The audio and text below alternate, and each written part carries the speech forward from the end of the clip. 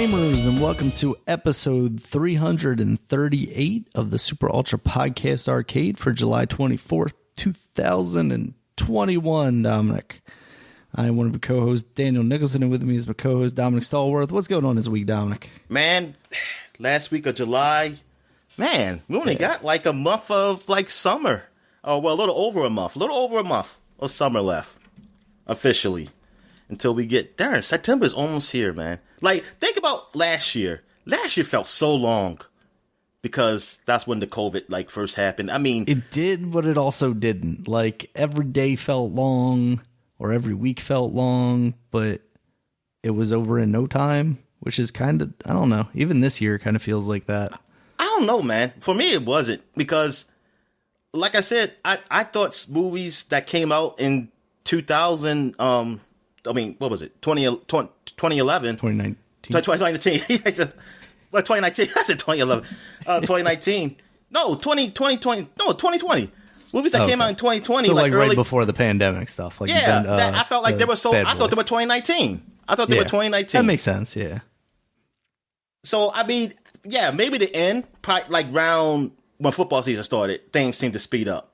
But between March and like August, when no sports was happening, like nothing was happening. That was long. But this summer, it's kind of going by, and I'm kind of happy because I want to get out this fucking heat. So definitely feels like the weather's kind of already gotten into the fall feeling. Like even some of the trees already look like they've turned. That's probably because cicadas took the sap out the tree. That's probably true. I saw this. There was this bug on my car the other day that looked like a cicada, like it was its size, but it was all black and like its wings were solid. They weren't, kind of like papery looking. That's like the alpha cicada. Wings are. It's scary. It was scary. Me and one of the guys at work were just kind of staring at it, and then it just like came flying at my head finally when it decided it was done crawling around the top of my car. It's like, oh my God. Give me the cicada virus. All right. So what's happening? We got the Olympics have started. Yeah. I haven't really been watching any of it. Have you watched any of it?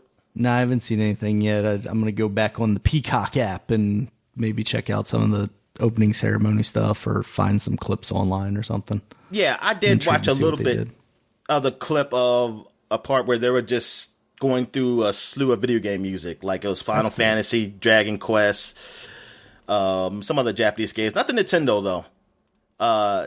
So I'm thinking like Nintendo said no.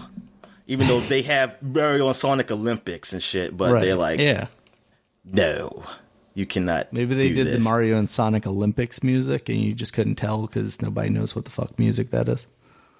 Yeah. Because let me see, because I got this article. Yeah. I'm trying to see. They got Chrono Trigger, Robo's theme. I like that. Yeah, that was a little upbeat theme. Final Fantasy main theme. Okay. Kingdom Hearts, Olympus Coliseum. Oh, okay, that Kingdom makes Hearts. sense. That makes sense. Olympus Coliseum.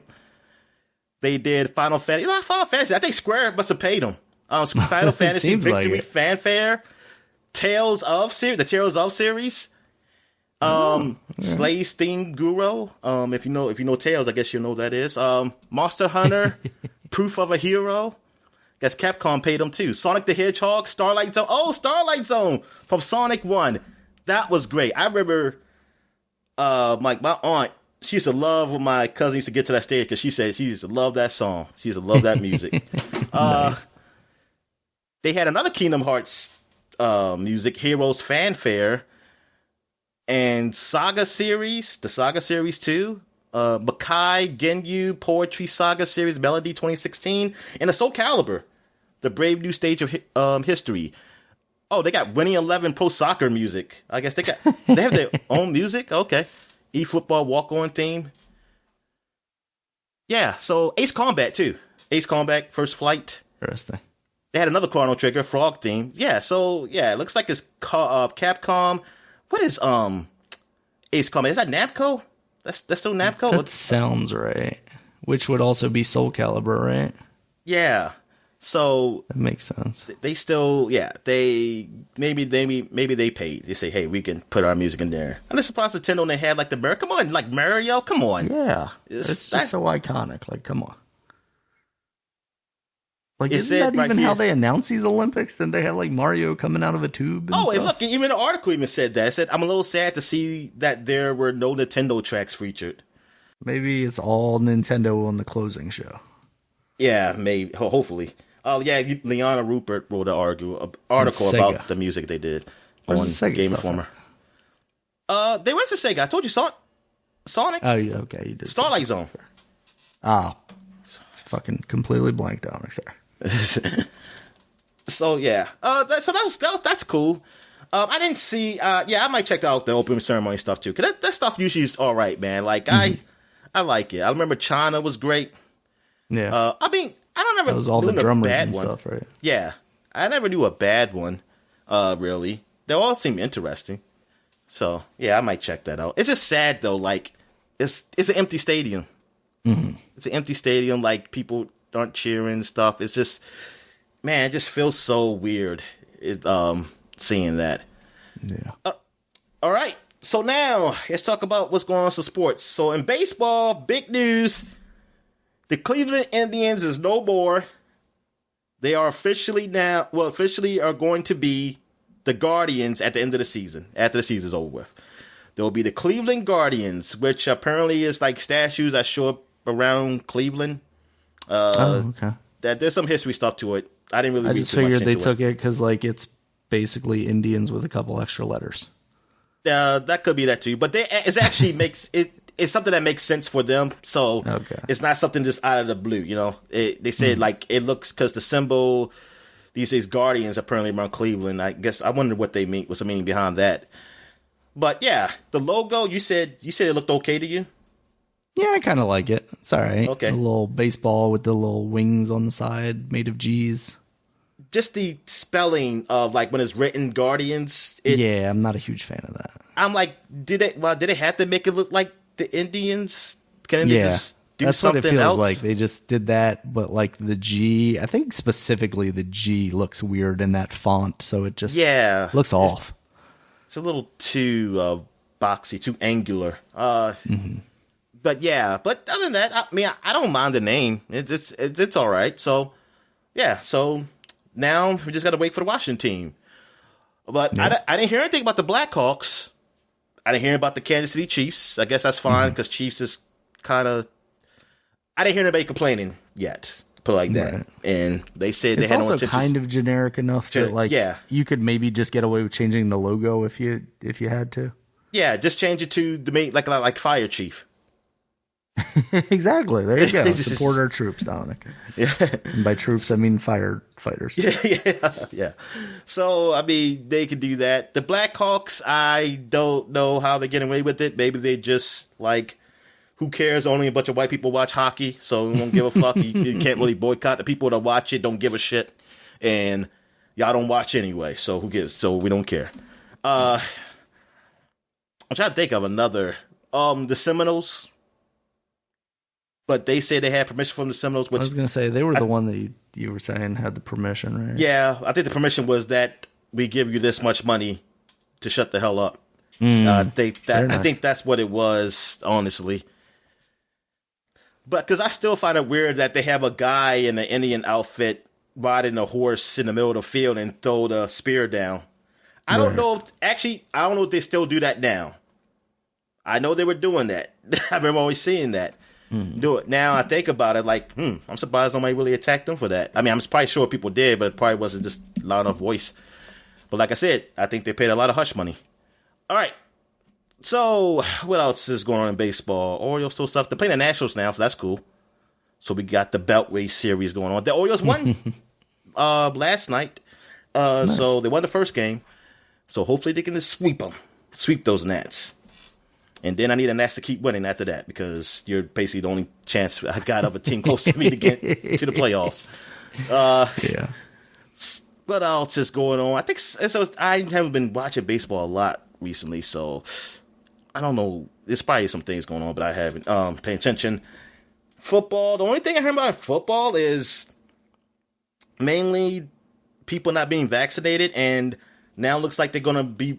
They might try to require play. Well, they're not going to require players to be vaccinated, but what they are saying is that if you get COVID and you have a player who is not vaccinated, or I guess the player who isn't vaccinated catches it, they're just going to forfeit the game. Your team will forfeit the game. So they're trying to put the onus on the players. Right. Like, this is your fault that your team lost. So you have some players saying like, "Hey, I'm going to retire." Like they say that something like that. Or they say, "Hey, I'm not just because I can't get vaccinated, or I don't want to get vaccinated." Like how they doing this. Let me look it up specifically. I wonder how that works for someone who, let's say, can't get vaccinated because of some other illness I think it's a workaround for that one. Yeah. Also, I wonder what that would be in someone that's healthy enough to be playing baseball. I mean, I'm not entirely sure what stops what kind of things would prevent people from being able to take a vaccination. So okay. Sure. I'm looking at this article here. It says this is from NFL.com, written by Kevin Patra. All right. As the NFL approaches the 2021 season, the league informed clubs that it would not extend the season to accommodate a COVID-19 outbreak among unvaccinated players that causes a game cancellation.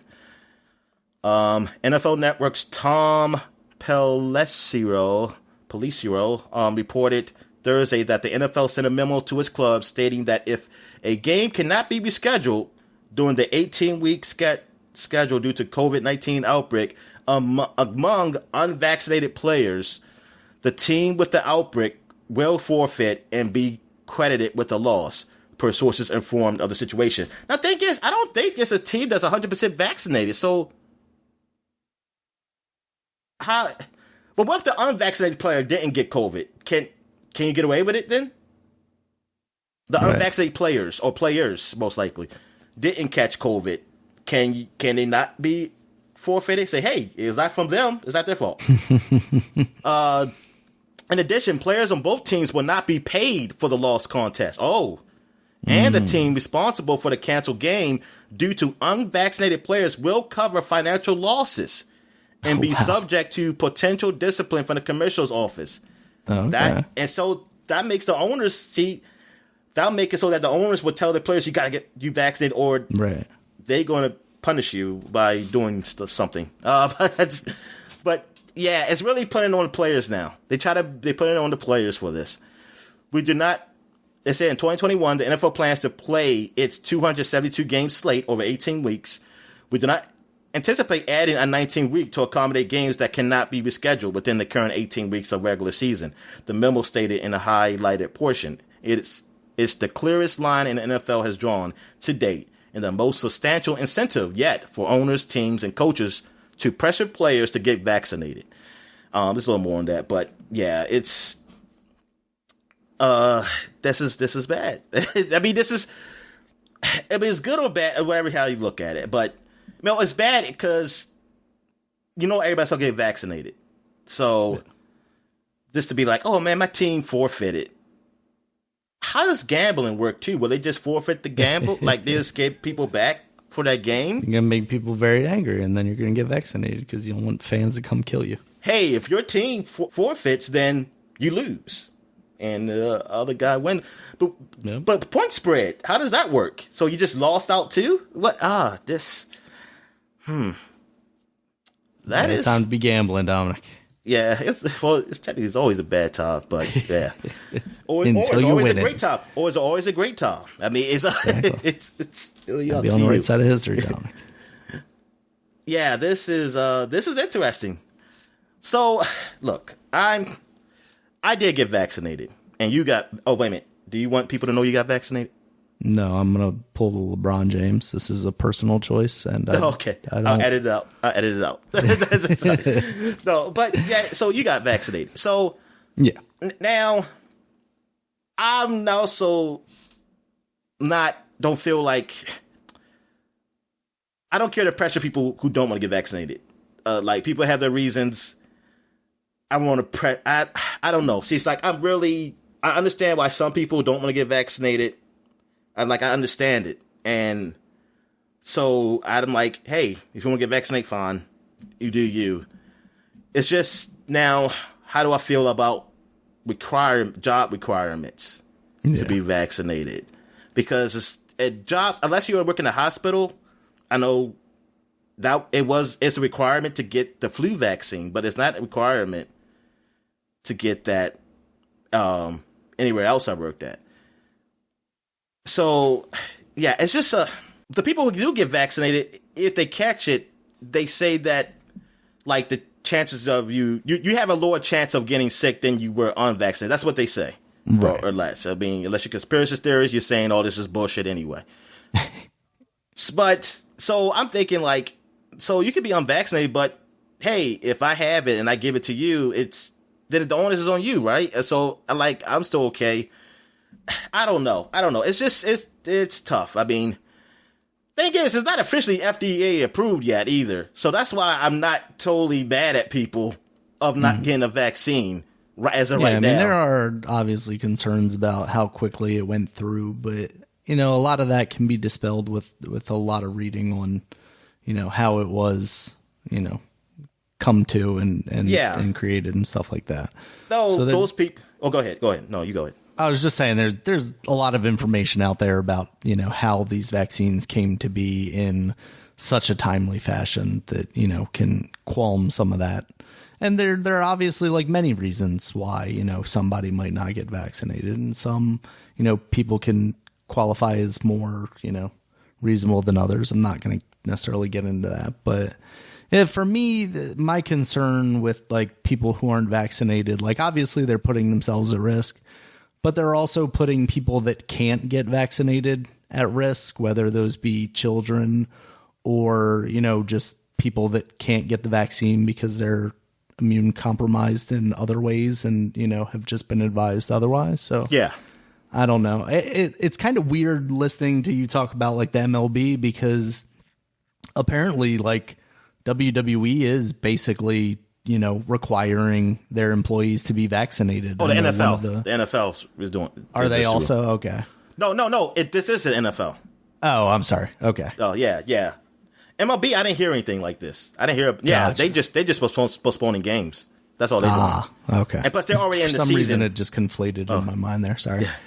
Yeah. Because I knew last week we were talking about the NFL doing that, where they were, if player gets this and that, and but yeah, it's just kind of weird, for a company that seems as ass backwards as WWE is sometimes, that, they're actually doing this. And I think part of it is like, it's obviously a smaller company, right? Like there are fewer people in WWE than there are in the NFL organization, and they all work a lot more closely together. I mean, Vince is also an older gentleman, so, he would maybe not want to put himself at risk.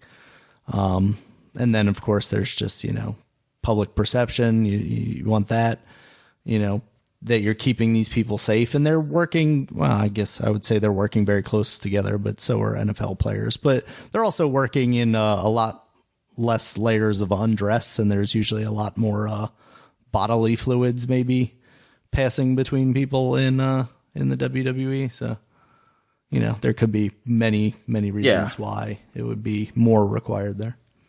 Yeah, but also the NFL, you're traveling a lot too, so that's WWE it's like players all over the place, Mm-hmm. So right, because players will live someplace and then they'll exactly. Also, but that's actually that's the same with WWE, because they are back out on the road now. So they were just in Cleveland last night, and you of course have people living all over the country. Some people in Florida, Arizona, places like that. So. Yeah, I don't know. It's just interesting that WWE, for once, kind of, depending on how you feel, seems to be on the right side of history with this one. Yeah, which is very rarely the case. I'm very curious about this season of football. Like, what are people going to do? I think some people are really going to keep to their stance of not being vaccinated, but hopefully they don't catch it. Like, hopefully the team doesn't catch it. Absolutely. Because, that would suck. Vaccinated or not, like, I want this shit to go away. So, like, whatever it takes, it seems like we would be better off if more people were taking the vaccination. But you know what? If you're being safe in other ways, if you're at least giving people distance or something like that, then Then you do you. Oh, so like Cole Beasley is like one of the big players who doesn't want to take the vaccine. He is on the Buffalo Bills, and I think yeah, he's a wide receiver. I believe he used to play for the Cowboys too. So it says something like in his article that he dares the Bills to cut him for not taking the vaccine. I look at this article on Yahoo Sports. It says Stephon Diggs and Emmanuel Sanders ramp up peer pressure on Cole Beasley to get vaccinated. I wonder how they do that. Accountability. Oh, he tweeted accountability, availability of Stephon Diggs, one of the wide receivers on the Bills. And yeah, that's gonna be interesting. I wonder what happened. It says right here in another tweet, wide receiver Emmanuel Sanders shares that he has received his first dose of the COVID vaccine on Instagram and adds to a similar message to what Stephon Diggs tweeted the other day. Accountability, availability. Don't have time to deal with no BS during the season. So yeah, I guess that's so I'm like, hey, I'm doing it. Has Cole Beasley given any reason why he's not interested in getting vaccinated? He probably has. I just haven't read it or seen it. Okay, this says the Bills receiver who's become the face of the anti-vax movement. Let me see. Oh, I remember Mark Cuban, who's the owner of the Dallas Mavericks, because I guess Cole Beasley, he did play at Dallas, so I guess Mark Cuban knows him. He gave him a vaccine proposal saying he'll pay him to take the vaccine. He said, I'll tell you what, Cole, you get vaccinated and promote the vaccination on all your social. I'll buy your wife a share of Pfizer stock. It pays a 3.78% dividend. That way she is getting a percentage of Pfizer's earnings. Deal? I'd take it. Cole Beasley, because he's replying to a tweet that Cole Beasley said, I'll get vaccinated and be an advocate for Pfizer if Pfizer puts a percentage of its earnings from the vaccine to my wife's name. Oh, so he said that. So Mark Cuban said he'll do that. Is he going to do it? I mean, this was like a few days ago. Yeah. I think Cole Beasley responded, I'll get vaccinated and be an okay, yeah, that's the same fucking thing. What the hell? Why did they show that again? Makes me wonder, like, what if something happened to his wife and, like, doesn't that sound like, his wife's maybe not around anymore or something? Maybe she passed on from something, so he's like, oh, if Pfizer, is willing to put money to her name or her charity, I guess. Yeah, I maybe don't know. I'm just reading into it. I don't know. Yeah, I'm trying to see that. It says Beasley has been vocal about his disdain of the NFL's and NFLPA's COVID-19 protocols and his unwillingness to get the vaccine. He caused a stir in June when he said in a tweeted statement that he will take his chances with the virus by eating better, drinking more water, and doing what he deems necessary to be a healthy individual. He said, I may die of COVID, but I'd rather die actually living, Beasley wrote in his statement. But, like, can't you do that after, like, a couple weeks? He must think the vaccine might do something to him. Because I want to know if Tom Brady got the vaccine.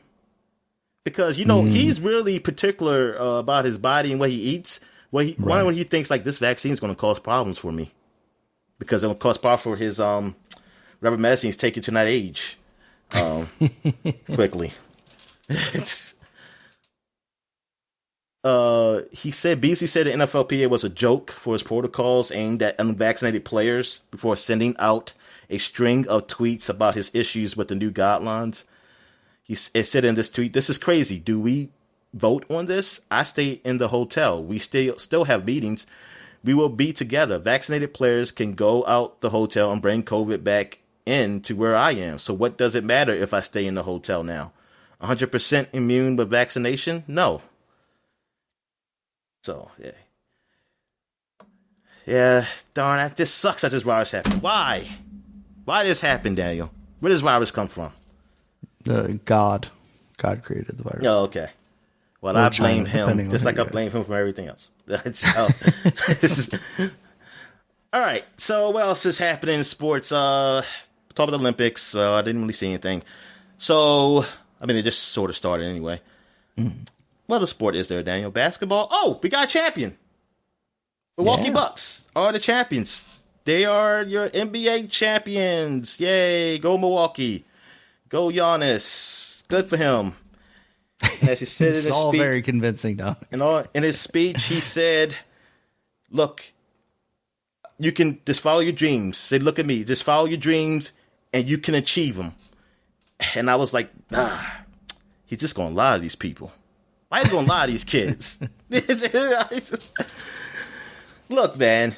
See, that's why they call dreams for a reason. Look, most of the time they don't come true. Most of the time they don't. But, I mean, if you work hard, you have a chance.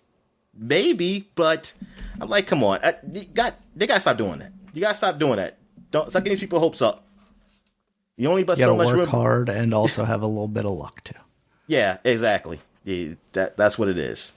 I want somebody to be honest. I want somebody to get up there and be honest and like, look, I run my ass off, and luckily I was the best of what was seen at that time, and I made it. But not everybody can do this, because if everybody can do this, then you'd be up here. Yeah, you'd be up here, and I wouldn't be so special. Yeah, exactly. He probably won't be up there. All right. So that is it. Anything wrestling news? Anything else going on? Just real quick, there's kind of some big rumors going around right now in the wrestling world, and those rumors are that both CM Punk and Daniel Bryan, formerly known as Bryan Danielson when he was on the indie scene, that's his real name actually, have signed with AEW. Oh, I'm about to say, Daniel. I thought they say CM Punk signed with WWE. I was like, what? Yeah. Well, he had actually signed on with Fox and was doing like a WWE recap show with WWE, but he was technically a Fox employee there for a while.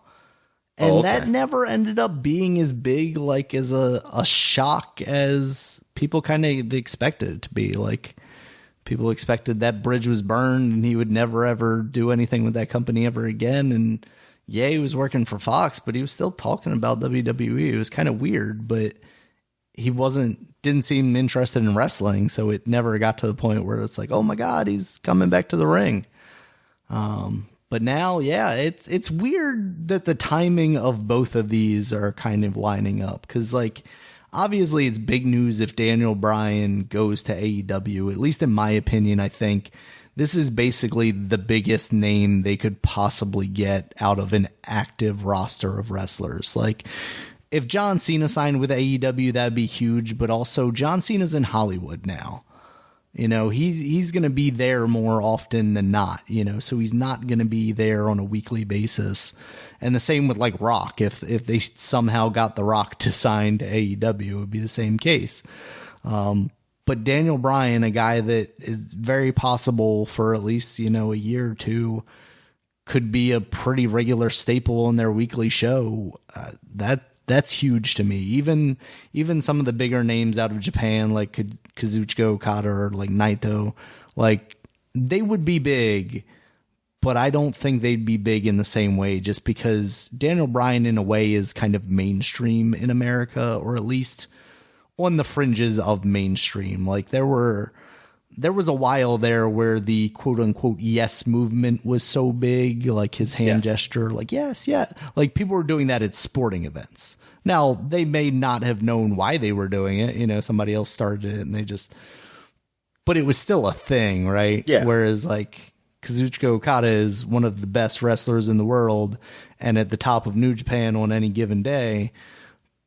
But you ask 99% of the people in America who that is, and they're just going to have no fucking clue. So this is huge news. I mean, I care less about the fact that CM Punk is coming back. I was never really around during his initial run. In fact, like one of the first matches I watched when the WWE Network came out, because that's kind of what really got me back into wrestling, was just the ease of access to it, was the Royal Rumble, which was his last match that that year's Royal Rumble was the last match he had in WWE before he left. So, and before that, I was just completely out. So I missed all the huge CM Punk moments. I don't really have a lot of affection for what he was doing. So I'll see what he can pull off in AEW. I think he'll be a fine addition. But Daniel Bryan to me is just the big news. And it sounds like it might be a little while before we get actual confirmation of this. They're talking September is when the All In. I can never remember if it's All Out or All In. I want to say All In pay-per-view or no. It doesn't matter. Their next big pay-per-view is. So people are speculating that he'll either appear there or shortly after, I think, at the end of September. They have a show in New York, which I guess is supposed to be like a big one for them. It's not a pay-per-view necessarily, but it's probably like one of their specially named Dynamites or something like that. So I wouldn't be surprised if he showed up there either. But yeah, it's an exciting time because AEW does have some of the best wrestlers in the world outside of WWE. Kenny Omega, Pentagon, Phoenix, Pac, which he was in WWE, and trying to think if they ever wrestled. I don't think so, because that was around the time that Daniel Bryan was sort of retired. So yeah, there's a lot of matches there that I would love to see, and AEW lets them do a different kind of style than a WWE type thing. So I'm very excited to see what that ends up being. I'm trying to kind of keep that down a little bit because this is all rumors right now. Like they seem pretty confirmed, but if it was just announced next week that he's, back with WWE, it would be very disappointing if I get my hopes up too much. So, but yeah, that's what's going on. And John Cena's back, but I don't know what's going on there. Seems like he was going to wrestle Roman, but AJ Lee. That was her name, right? Yes, AJ Lee is CM Punk's wife. Yes. And what's she doing? She is, I'm not sure what she's doing now. I think at a point she wrote a book. And then did she do some comic stuff? CM Punk did some comic stuff there for a while. I can't remember if you mean comic. AJ Lee did. Like writing comic books. He was writing comic books. Oh, really? Yeah. Was it Fantastic Four he wrote? I want to say something it was with Ben Grimm. I can't remember. He's a decent comic book writer? I can't say one way or the other, to be honest with you. I have not read any of his works, but he wrote some comics.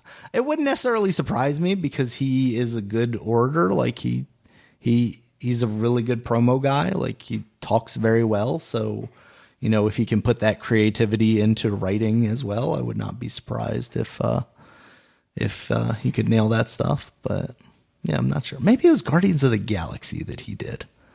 I can't remember.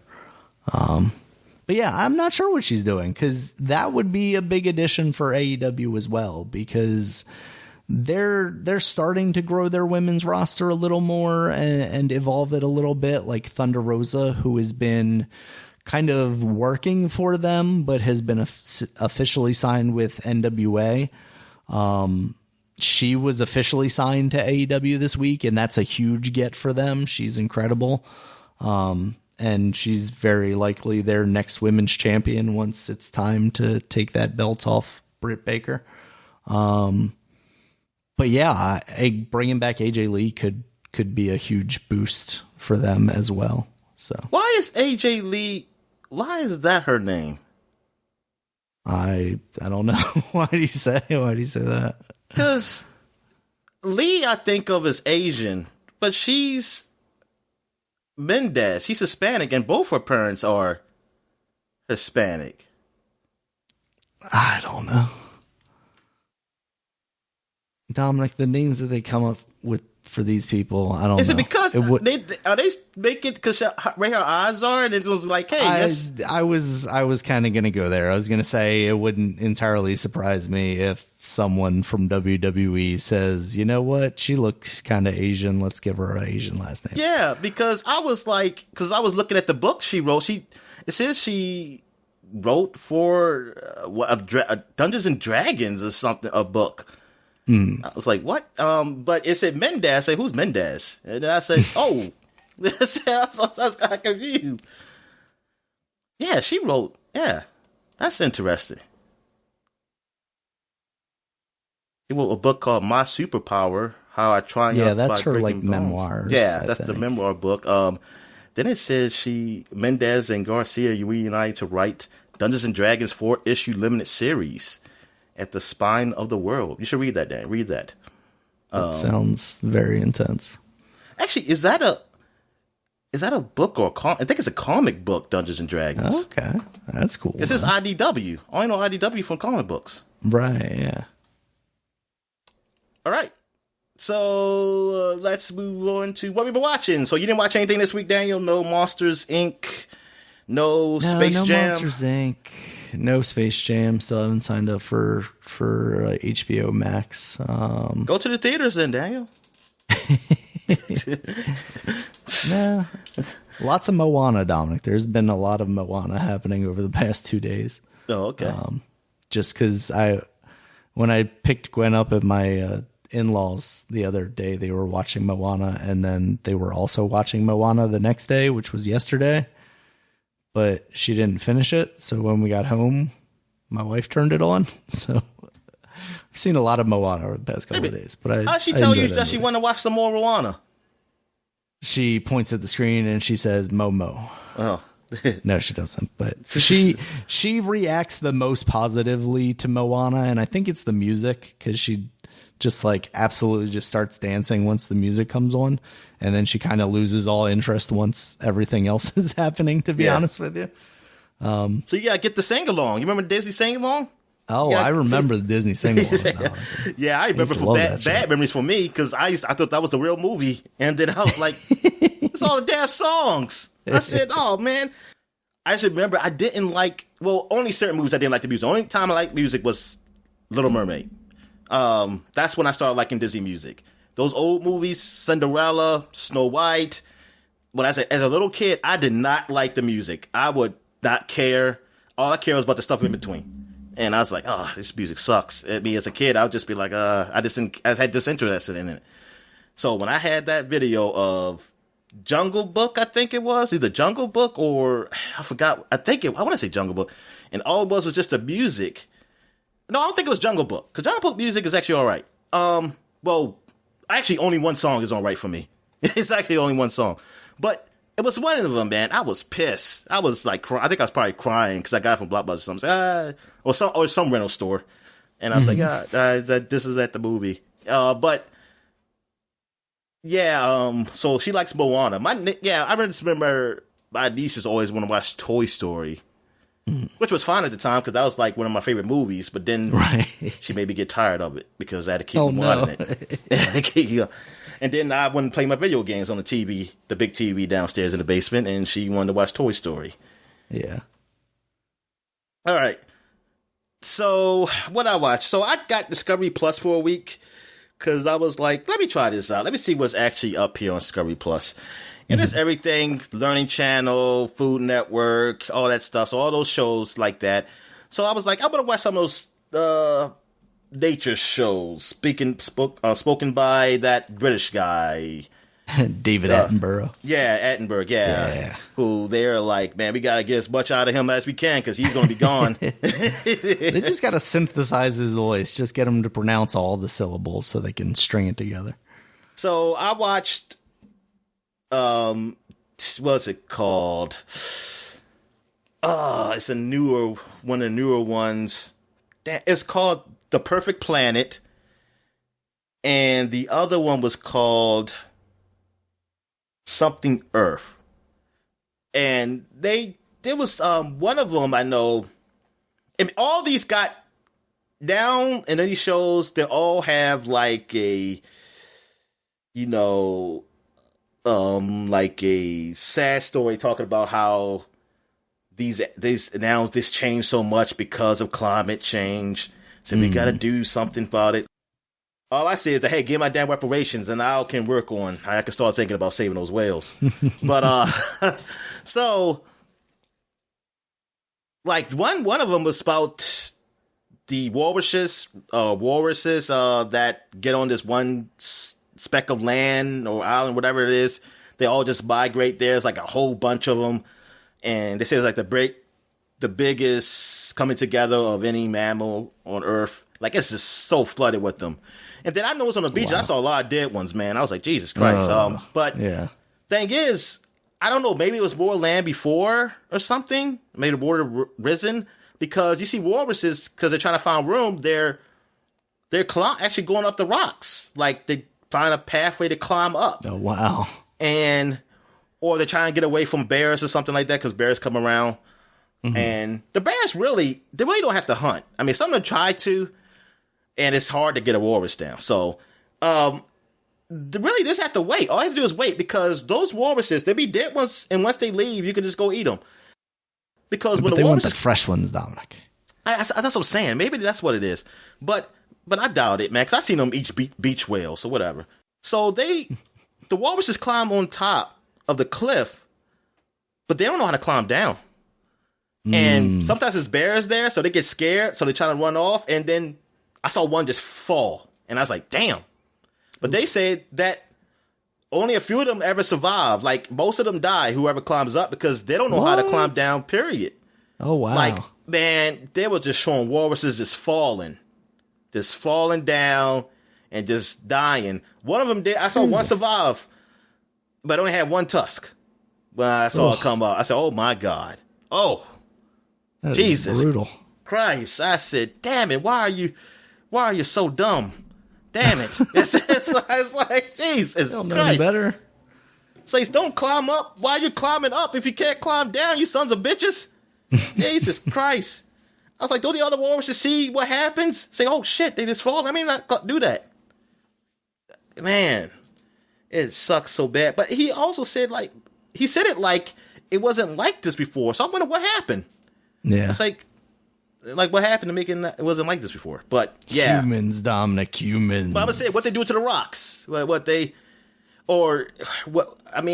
don't mine know. them for nickel for electric vehicles. But yeah, they showed some animals. I remember in South America part, but also they talked about how, they cutting down the forest, and they showed from like space how it looked back then, and then how it looks now, and how it's been urbanized. I said, oh man. Oh wow. Yeah. Okay. So what do we do? I don't know what we do. Also talk about the Tasmanian devil, how there's only a few of them left. They're the last of their kind. Oh no. Yeah, and they used to be all over Australia, but only in this one part of Australia now. Well, no, they used to be all part of Australia, now they're on Tasmania Island. And that's the only ones that's left. They should do an advertisement with Taz, the Tasmanian tiger, and save him. He's not Taz the Tasmanian. Oh, you talking about the video game? Oh, I was thinking about the Looney Tunes guy. I said he's Taz. Both. We should do both. Dominic. Can they team up? Ty the Tasmanian tiger. Ty the Tasmanian tiger. He's the last of his kind because there aren't anymore. Oh no! They died back in the early 1900s. The last one was at a zoo, and until they died. This is terrible, Dominic. It's terrible. Y'all people just kill those animals, Daniel. It's y'all fault. All right. But yeah, it's good. It's pretty good. I like. Besides that part, seeing that the walruses die and stuff, and like that was brutal. Like, I had to turn my head because I was like, they didn't splatter, so it wasn't like you saw like splat and just guts everywhere. But I'm sure there was one, but they probably didn't show it. And I was like, good, because I did not want to throw up my lunch. Because I was like, when I saw a false, oh my God, don't show it hit the ground. That's it. Goodness gracious. But yeah, it was cool. Cause I like watching those nature videos. I mean, nature shows. It's cool, and then it looks so great, you know. And it's in 4K some of that stuff is now. just incredible how they get it. Yeah, how they film it. I was wanting to know, like, what camera did they use to get to some of those spaces? It's all fake CG bullshit, Dominic. I think that too, because I was like, how did you perfectly time getting this like thing happening? This tadpole you told me was the size of a thumbnail, and you showing it go inside this plant. How the hell are we seeing this? It's like,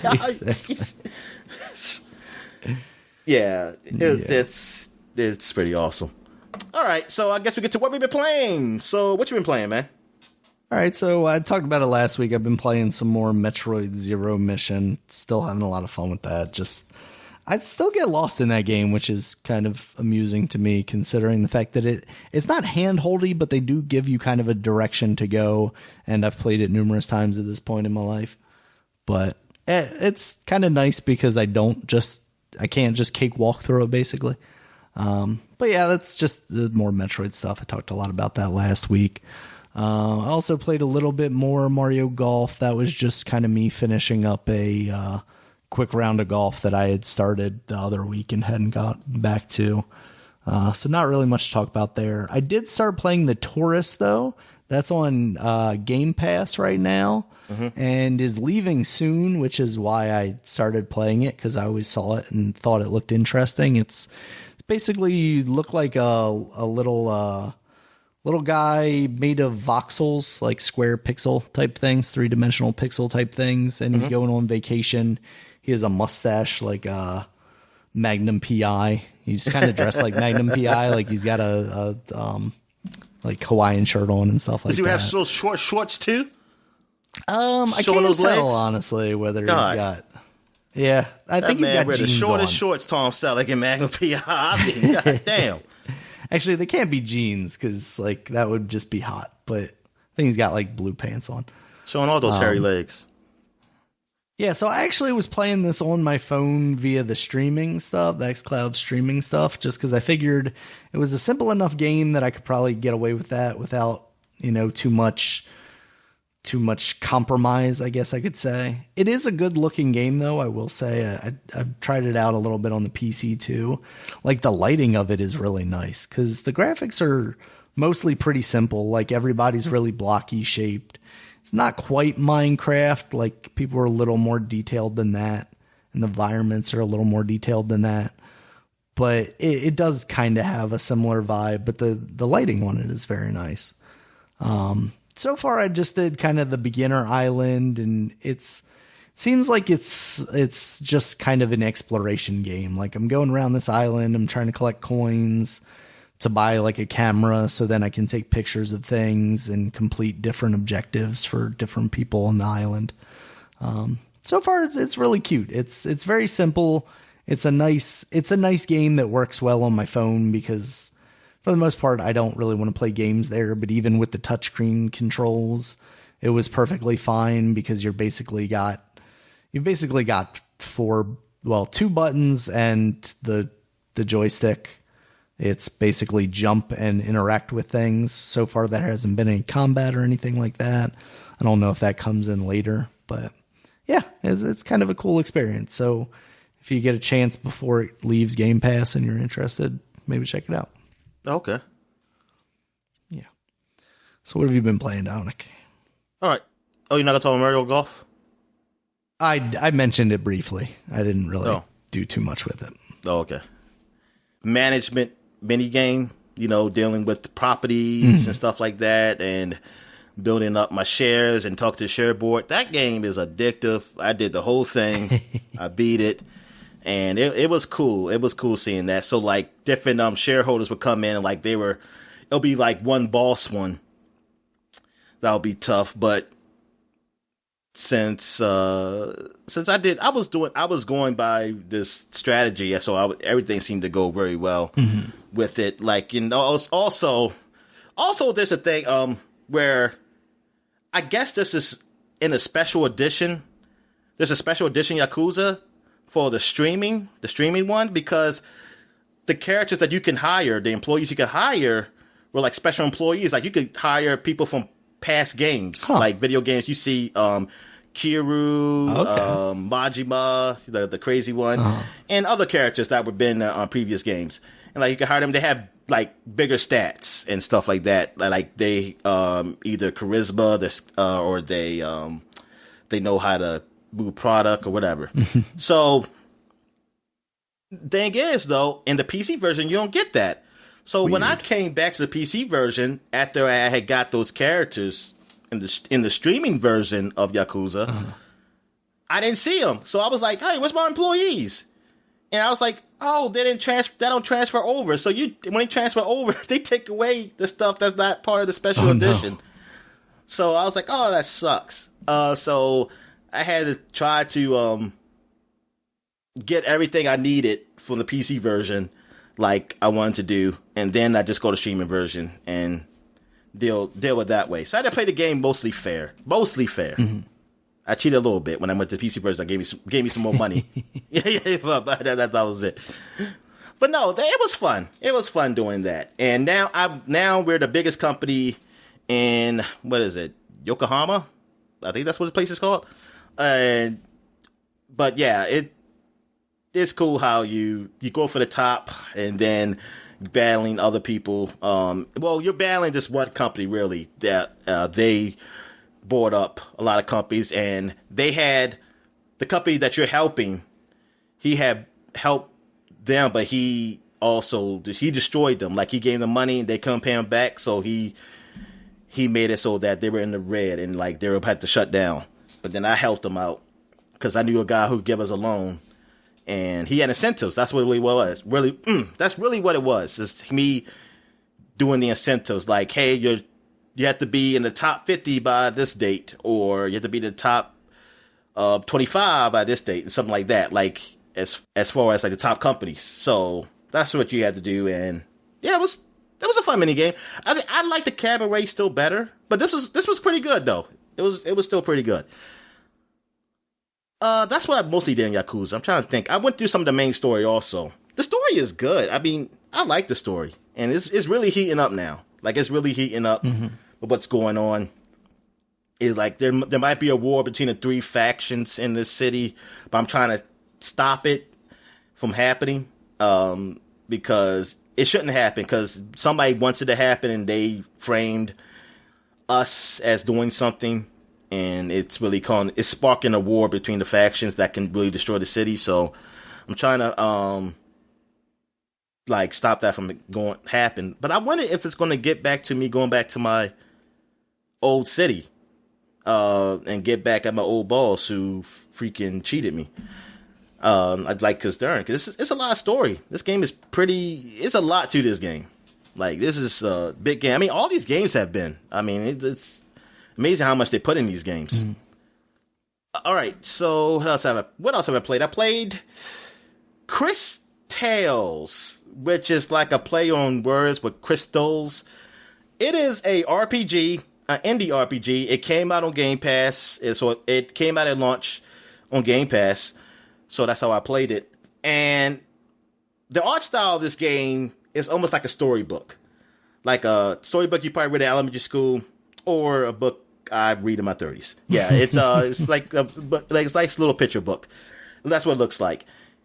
And you play as this girl she lives in an orphanage, and then something happens in town. The town gets attacked. You meet a frog, and then you start following the frog, and the frog takes you to a church, and then all of a sudden you get this power where on your screen you can see it's split up into 3 sections. Your screen. On the left side is the past, the middle is the present, and the right is the future.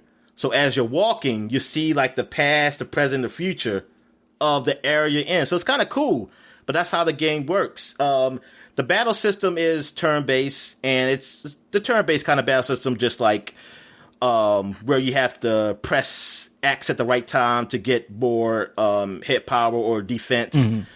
Kind of like the Mario RPG series and Yakuza, well, what Yakuza is doing.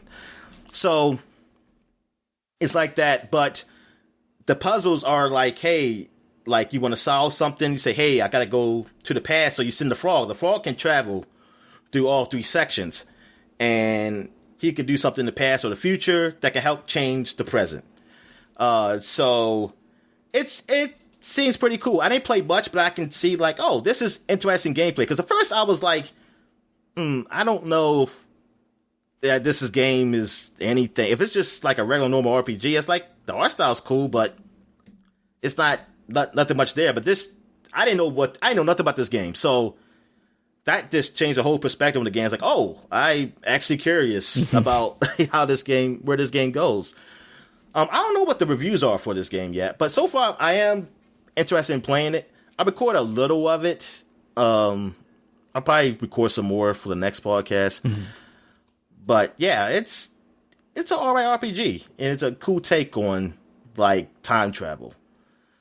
All right, another game I played was another game that launched on Game Pass, Last Stop, which is I heard about Last Stop, but I didn't really know much about it. But it's a story-focused game. It is like a Telltale game. It's like a Telltale game. But the problem I have with it is that I don't know when I'm supposed to control the person and not. I just have to wait until the person's not moving, and then I say, okay, I can do it. Because at first, I didn't know what kind of game this was, so when they told me to press buttons at the right time, I said, oh, shit. I said, oh, we're playing right now? I thought it was a cutscene. That's what I knew. It's like, oh, this is what this whole game is about. It's like a mysterious, dealing with mystery and suspense. Like, I don't know if it's something alien. I haven't got that far enough to know what's going on, but you play through different scenarios. I played through one of them, so I have to play through two more. I don't know if there's only 3 scenarios or there's more. But it is a Telltale game. I saw some ratings for it. They weren't great. And I know from when I played, it was all right. Like, I'm more interested in the story than the gameplay. That's really what it is. And I don't know if choices mean anything yet. That's the thing. I'm not getting the effect of, like, my choices, what I pick to do or say has a lot of meaning. Like, will it change much in the game? I just looked at review scores. So I didn't read in detail about that. I might do that to see. Because, yeah, I'm not getting that feeling from it. So it feels like, I'm just really just playing a story. Like, at least in Telltale, at least I got the feeling like I had some control of stuff. Right, yeah. Like, control the narrative. This is just like, I'm just going through. You're just giving me choice just because. But, yeah. The last score I saw was, I know somebody gave it a 6. Let me see. Last Stop review. Yeah, IGN gave it a 6 out of 10. It got a 70% on Metacritic, so it's got okay. 70% on PC Gamer. So, yeah, it's not like a big game. It's just pretty... I mean, the game is not big anyway. So I think it's an indie game. Yeah, well, Annapurna. Well, Annapurna Interactive published it. But, yeah, I don't know if it's... Like, if you're looking for, like, the next type of Telltale game or you're into the choice game, this probably is not it. I'll play some more of it, though, to get some more feel of it. But that first scenario, I mean... Like I said, the story, I like going through it to see what's the mystery, like what's going on here. So that's at least intriguing enough to kind of pull you through a little bit. Okay. Just that gameplay-wise is not much there. Gotcha. All right. So what else have I played? I put MLB The Show up here for a reason, because I always play it every day, but I don't usually talk about it. I'm trying to remember why I put it up here. Something must have had... Oh, yeah. So... The Xbox Series X version of it, at least the streaming version that I'm playing of it, is faster than on my base Xbox, but it's not as fast as I want it to be. Like, I feel like I'm still waiting longer than I think I should in menus compared to 2K. Right.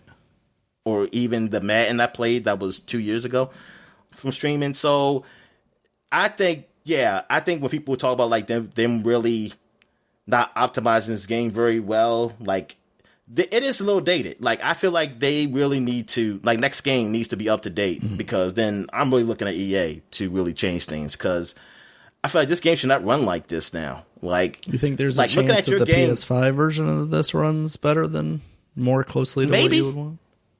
Maybe. I have no idea though. Yeah. But I just looking at 2K. Like 2K looks better and it runs better. At least like I'm saying, well, with you may look better in 2K, but you still run well. Like you should. I don't know why are there load times in here. I mean, they're not long, but I feel like, man, why am I not just jumping in the game? Like, why does it take this much time to get this game started? Like, what are you loading up compared to what 2K's doing? Right. Though I do see in the crowd they actually catch the ball. Oh, I remember, that's cool. Which in the last MLB the show I played, which was the one 2 years ago, the ball just bounced in the crowd. Now I don't know if you played it in just hit the like cardboard maybe people the and PS. fell over. I don't know if you played it in the PlayStation 4. What's it called?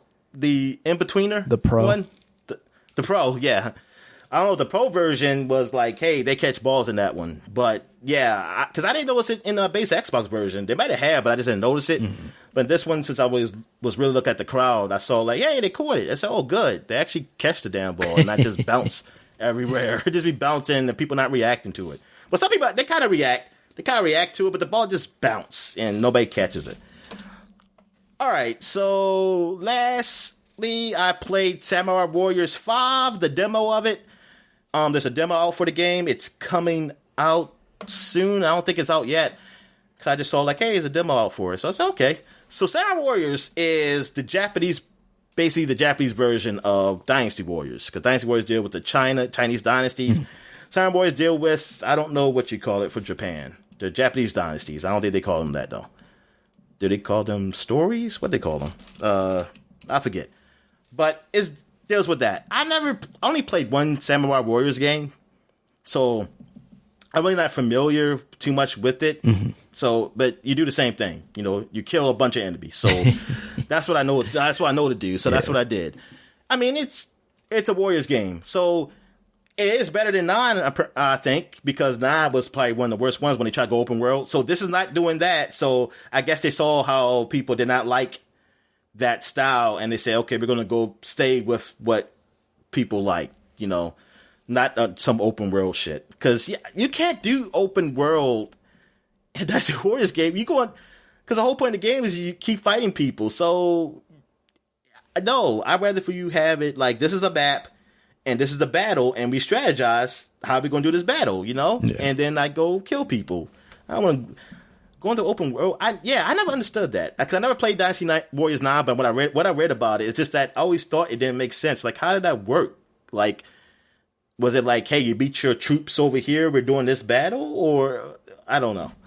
So, I mean, it's a Warriors game. I mean, there's not much I can say. Like, if... And then now, if there's probably some true Warriors fans who can really go into detail about what's different or if it's good or bad. With me, I'm just a casual Warriors fan. I just want to kill a bunch of people, and it's simple to do that, and that's what it is. It is. I don't like the camera.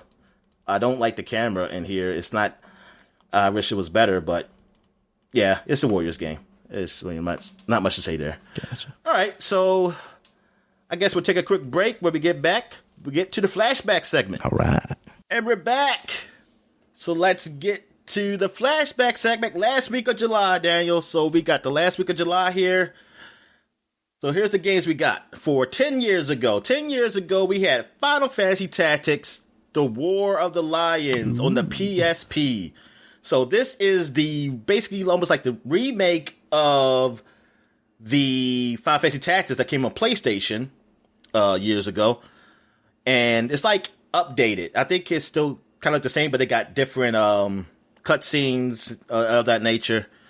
And I think it got pretty good review scores. I think it was pretty good. One of the last good PSP games. And yeah, 10 years, because Vita, does Vita not come out yet? Or it just came out? Maybe it didn't come out yet. Yeah, because the 3DS just came out. Okay, yeah, the Vita has not come out yet.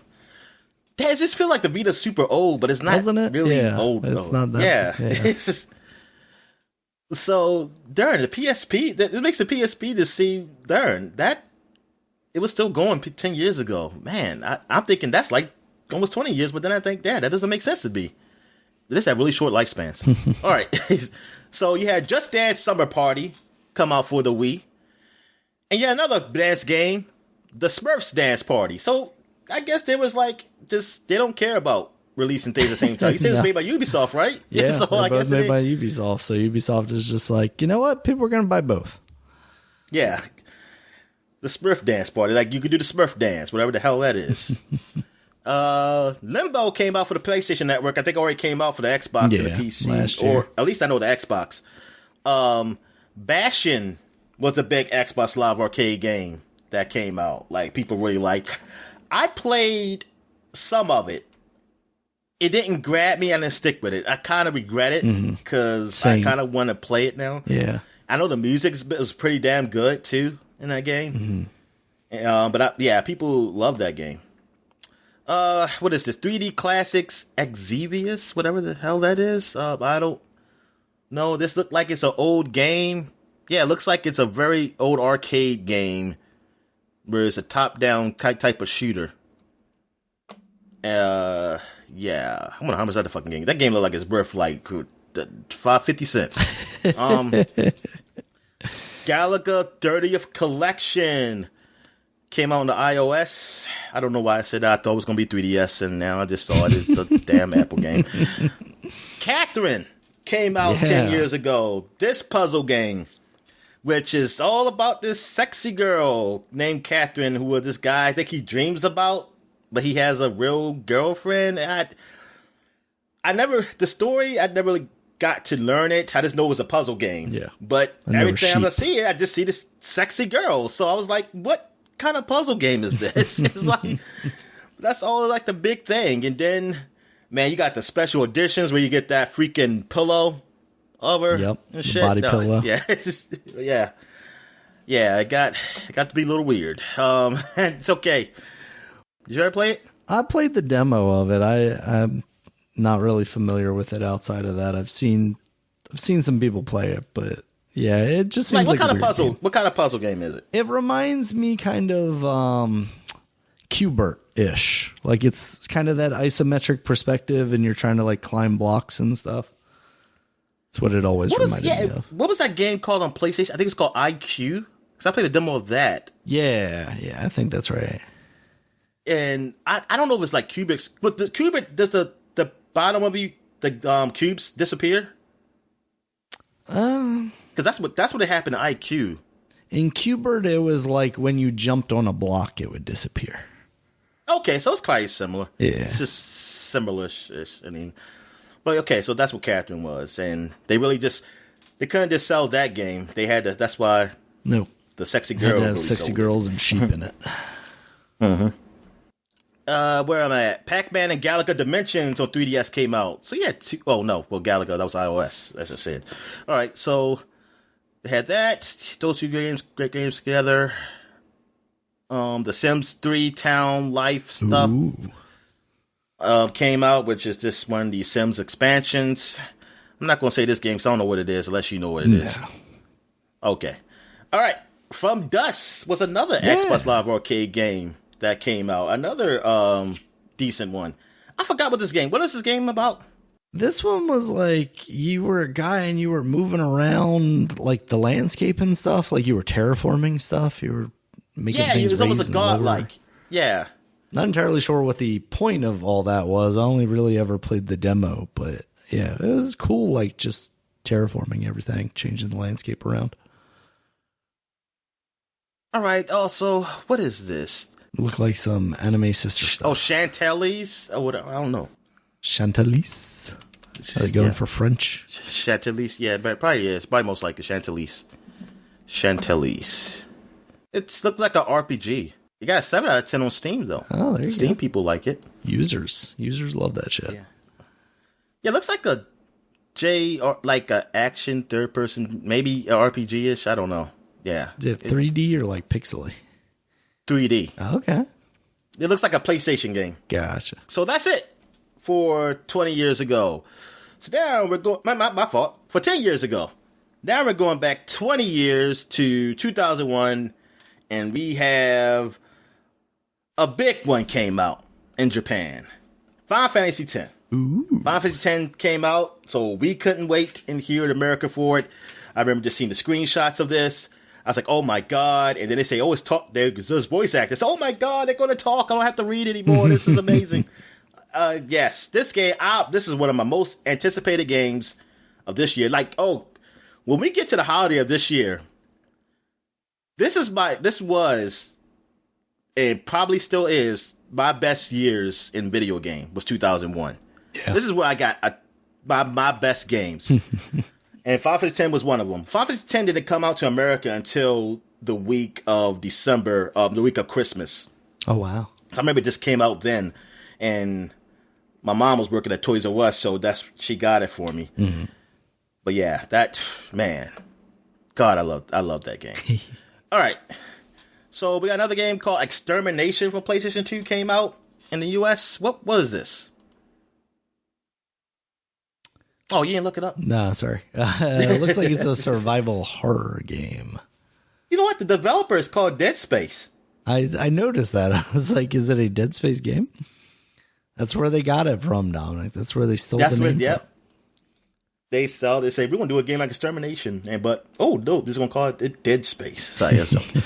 Okay, yeah, survival horror game. And as such, players are encouraged to run whenever they can. This idea is reinforced by the fact that ammunition is limited for the main character's weapons. And most enemies, especially the larger or human descended types, typically take a lot of damage before being defeated. Another element of survival horror that holds true is that ammo for special weapons is limited from the get-go. Let's see what they gave this game. Reception. Famitsu gave it a 31 out of 40, so that's great. I need an Extermination remaster, Dominic. GameSpot and IGN praised the game for offering some originality to the genre, making some minor improvements over similar gameplay found in Resident Evil, the soundtrack, and suitable graphics. However, they criticized the sometimes awkward, straightforward gameplay and voice acting, and how the game did not really offer anything that could top other survival horror releases.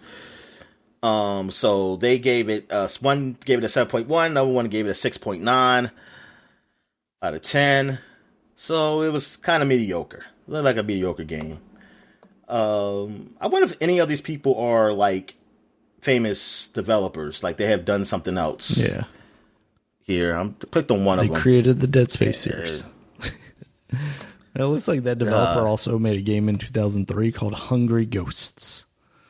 Oh, okay. Which sounds like fun, but the cover just looks scary. So they're just the Pac-Man ghosts or whatever. Actually, the Pac-Man ghosts will eat Pac-Man. They probably just kill him. No, they definitely eat him. No, they eat him. I don't. All right.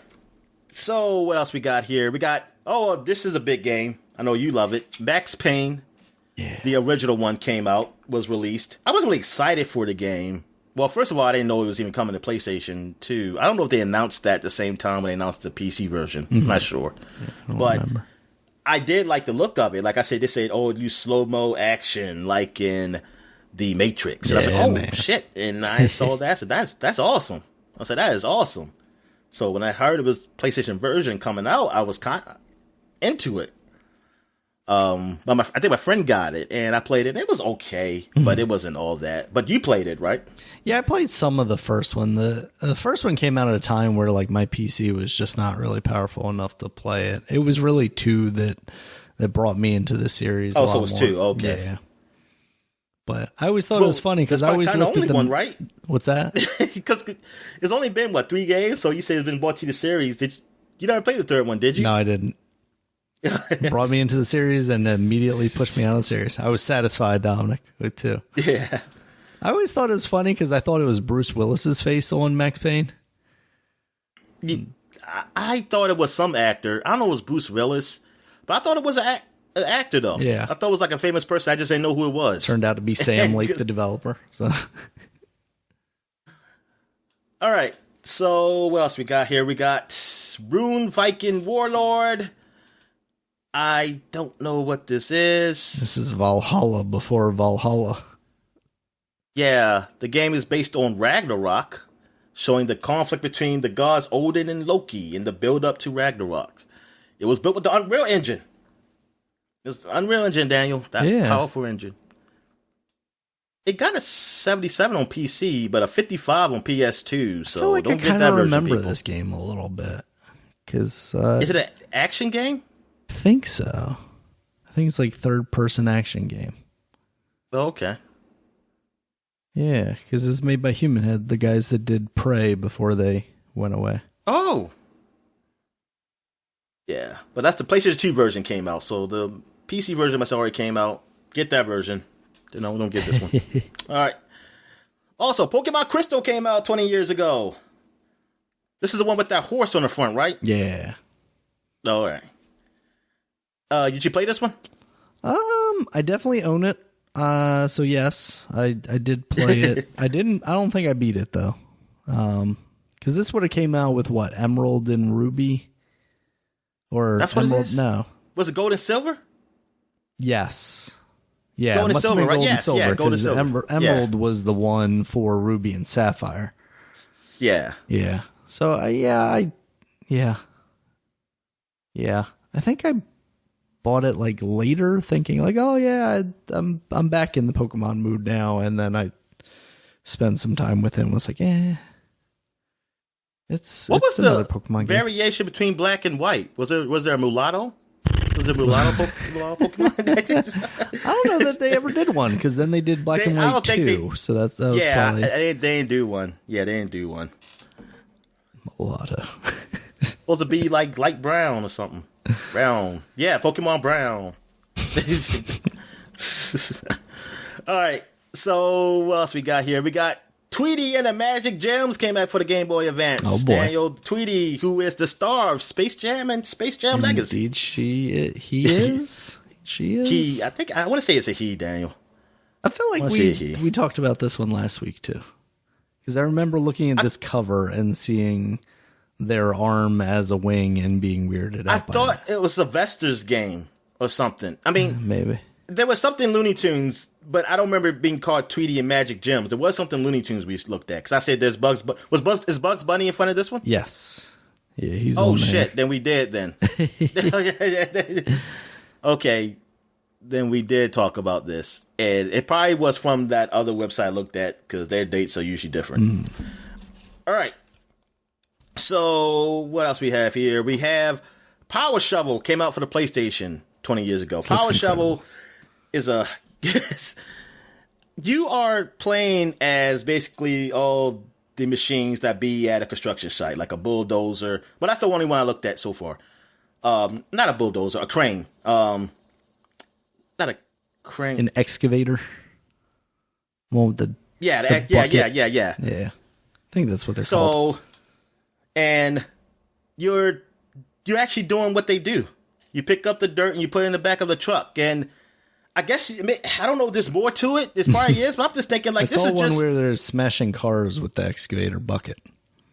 Oh, okay. That's probably what you want to do, because that was just boring. that is looking boring. It's like, we're a construction site. What the hell? Why are you having fun with this? Yeah. Because some kids are really into construction stuff, Dominic. Yeah, I like the toys, but I'm physically, digging in dirt and messing and doing that shit.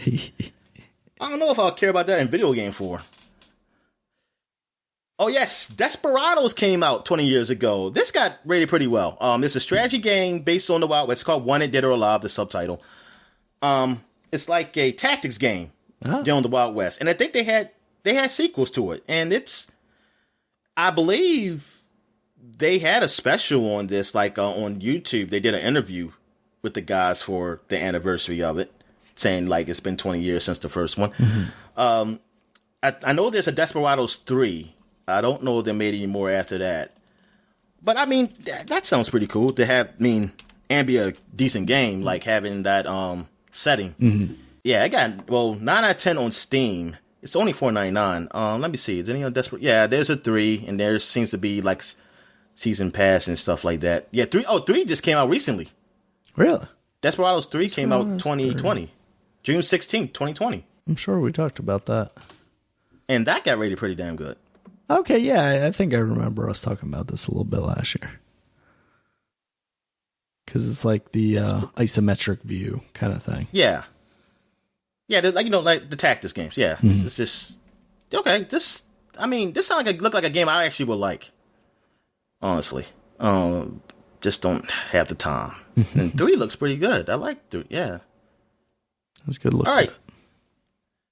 So what else we got? We got a game that... Did you ever play this game, Daniel? No. Klonoa was always one of those things that, since I didn't really have a PlayStation at the time when the games came out, I always just kind of looked at it and went like, man, I really wish I came to... It was too powerful. It was too powerful for the GameCube and I know. the Xbox.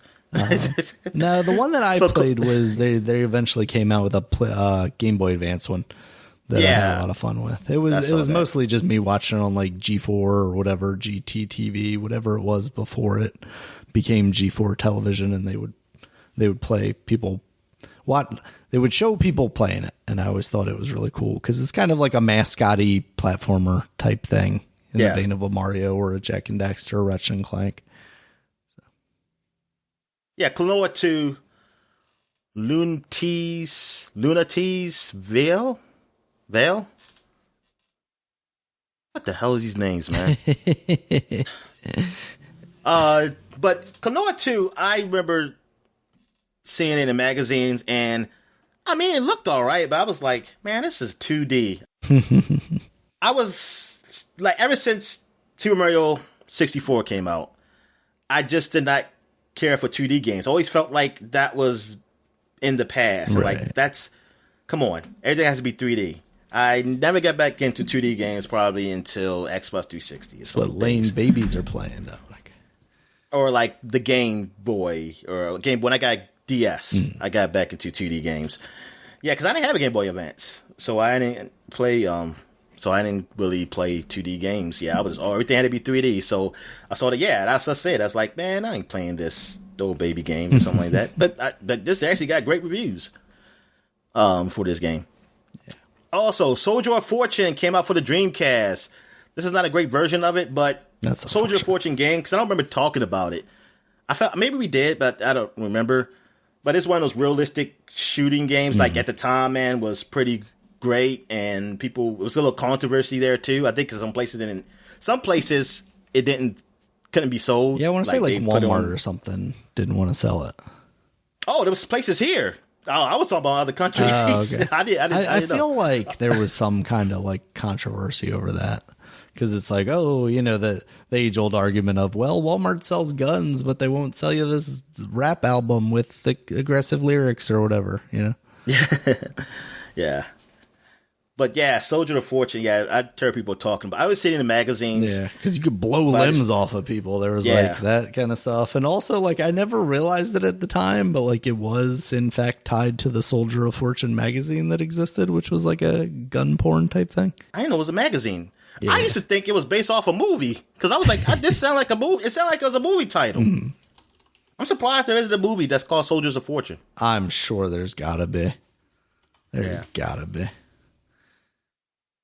All right, so that's it for 20 years ago. But I got a couple games. Well, no, actually I don't. I have one game for 30 years ago. 30 years ago, Japan. Final Fantasy 2/4 was released for the Super Nintendo. So it's Final Fantasy 4 for Japan. But for us, it was 2. Because they didn't give us a Final Fantasy 3, 2, 2 and 3. Yeah. That's how you do math. They didn't give us 3 and 2. So they didn't want to confuse us. Because they put 4. We were like, oh, I didn't play the other ones. What are we going to do?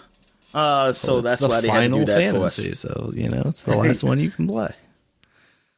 And this was at the time, was a great game. It was a good JRPG, nice story. You play as Cecil the Knight, who was a dragon knight. He was one of those, like a black knight or something, like a dark knight at first, then became like a paladin or something, or the white knight. I forget. Something like that. Yeah, it was one of those. It was a good story at the time, but right now it's pretty tamed and pretty simple. But yeah, I played this game when it was in the Final Fantasy Chronicles, went the Chrono Trigger. That's when I first ever played that game. The one that I just don't understand how they came the name. Why Chrono Trigger? Because Final Fantasy that was the selling point, Daniel. Yeah. To get people, even though Chrono Trigger was the better game. All right. So that is it for the flashback segment. So we're going to take a quick break, and when we get back, we get to the gaming news. All right. And we're back. So let's get into the gaming news. So what we got, Dan? All right, Dominic. So first up, we got a weird story of Amazon's new MMO that's currently in beta, The New World, is apparently causing some issues for people that have GTX 3090 cards. Some people are reporting that they're basically killing their card. Like, they launch this game, they go into the menus, mess with some settings, like graphic settings, and all of a sudden, kaplooey, everything's just black. That's a real rough situation, obviously. Amazon has already come out and said, like, hey, there are a lot of people playing this game, and there's not many reports of this, so this is totally fake news, whatever. We'll see. I wasn't able to find, like, anybody explaining what they think, like, theorizing what it is, if, maybe it's just coded in a way that it overpowers it right off the bat, and some of these cards just don't know how to throttle that immediately. I don't know, but that's not a good look, obviously, from Amazon. And you're already, like, I don't feel like there's a large amount of people looking forward to this game, so that you have, like, this news going around. Like, how many people are going to be pushed away from even giving this game a chance in fear that, their hardware might be fried? Because we're talking a 3090. That's the top of the line card. I think it's like $1,400. Like, yeah. Unless Amazon's replacing that for me, I'm not risking that shit.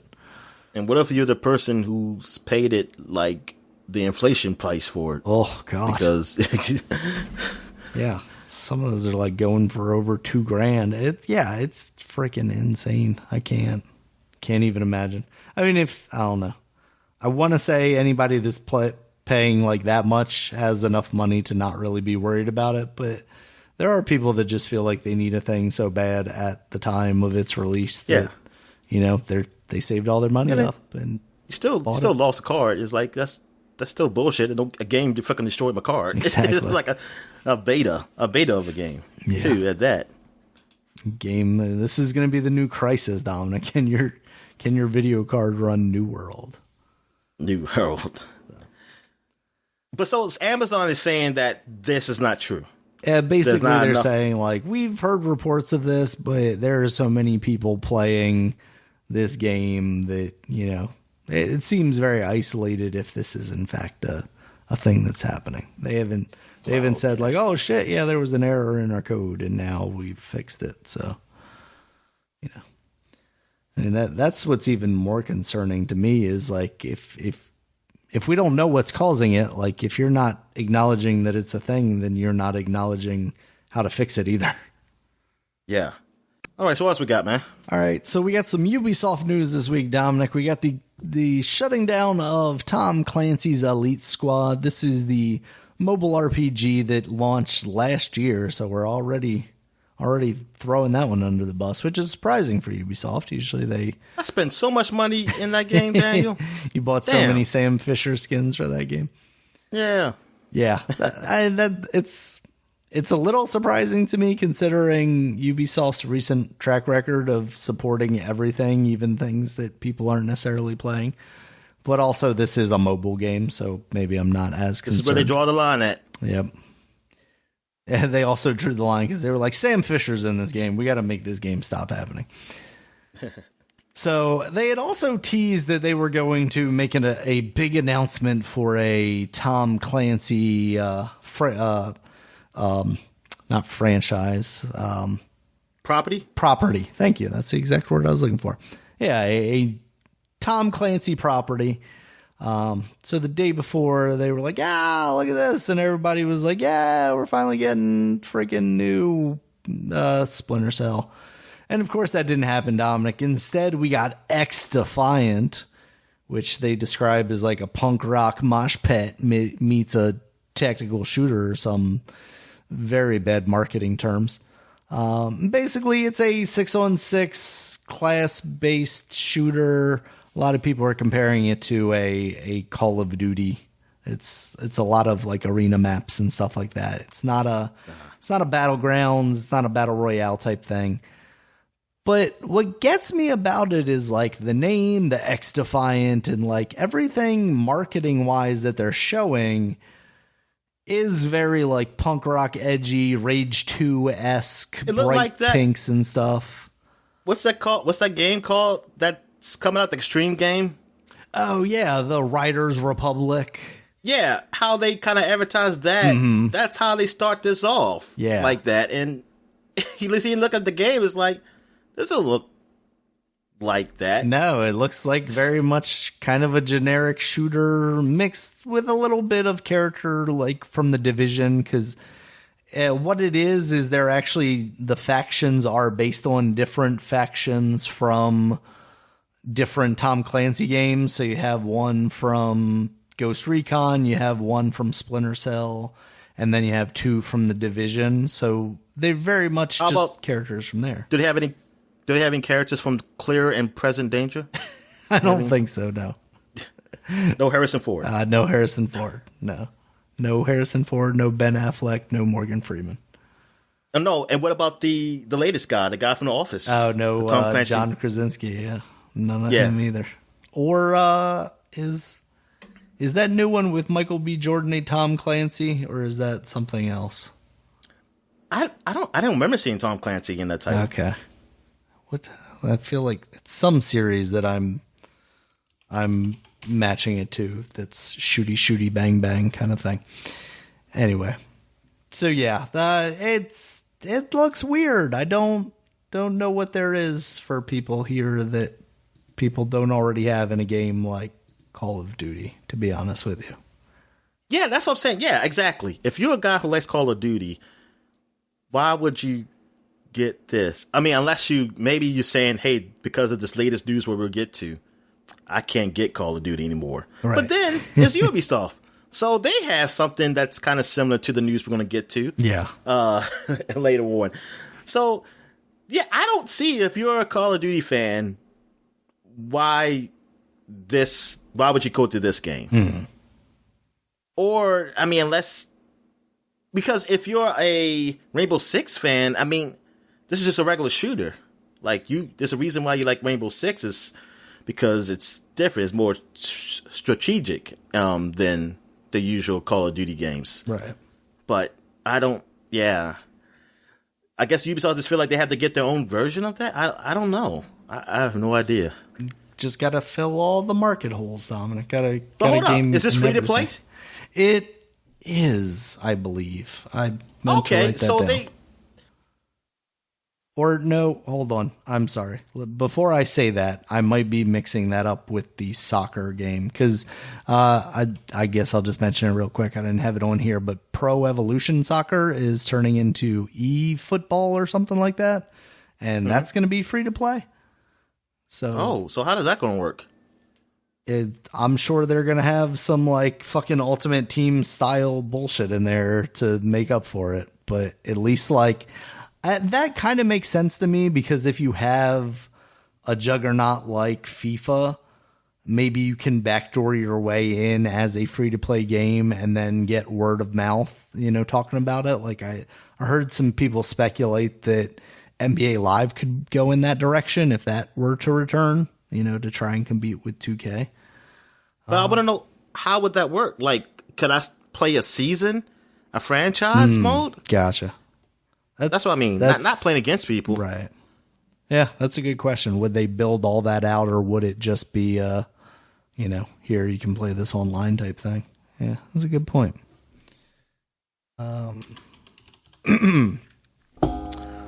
Let's see. X Defiant will be free to play. Okay. So, yeah. Okay. I can see why they're doing this. It's free to play, so maybe, hey, people can just jump in to play this. So it's probably not much to lose doing this. It's probably maybe it's more to gain than to lose on this game. Especially if they are like maybe using the assets from those games. Like maybe that's why they're using characters from different. Yeah, exactly. Kind of like Apex Legends with the Titanfall stuff. Mm. Yeah. So So, yeah, it's just weird that, like, the way they're advertising it just doesn't really seem to line up with what this game appears to be. Like, sure, there's some graffiti on the walls, but, like, the vibe that they're trying to give off doesn't really come through in the gameplay at all. And I don't know. A disconnect kind of, I don't know, fucks with me a little bit. All right, Dominic. So we finally got EA's kind of big E3-esque show this week, since they did not participate in that. They've been saving themselves for their own event, EA Play, and that happened this week. So we got some news out of there. The announcement of a new Codemasters racing game, Grid Legends.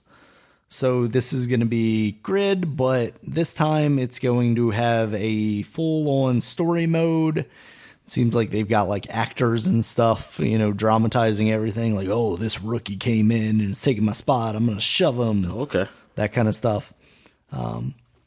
As far as like actual interest level in that, like I've never really been into the Grid series, but like adding story stuff to it does, you know, bring me closer to being interested in it.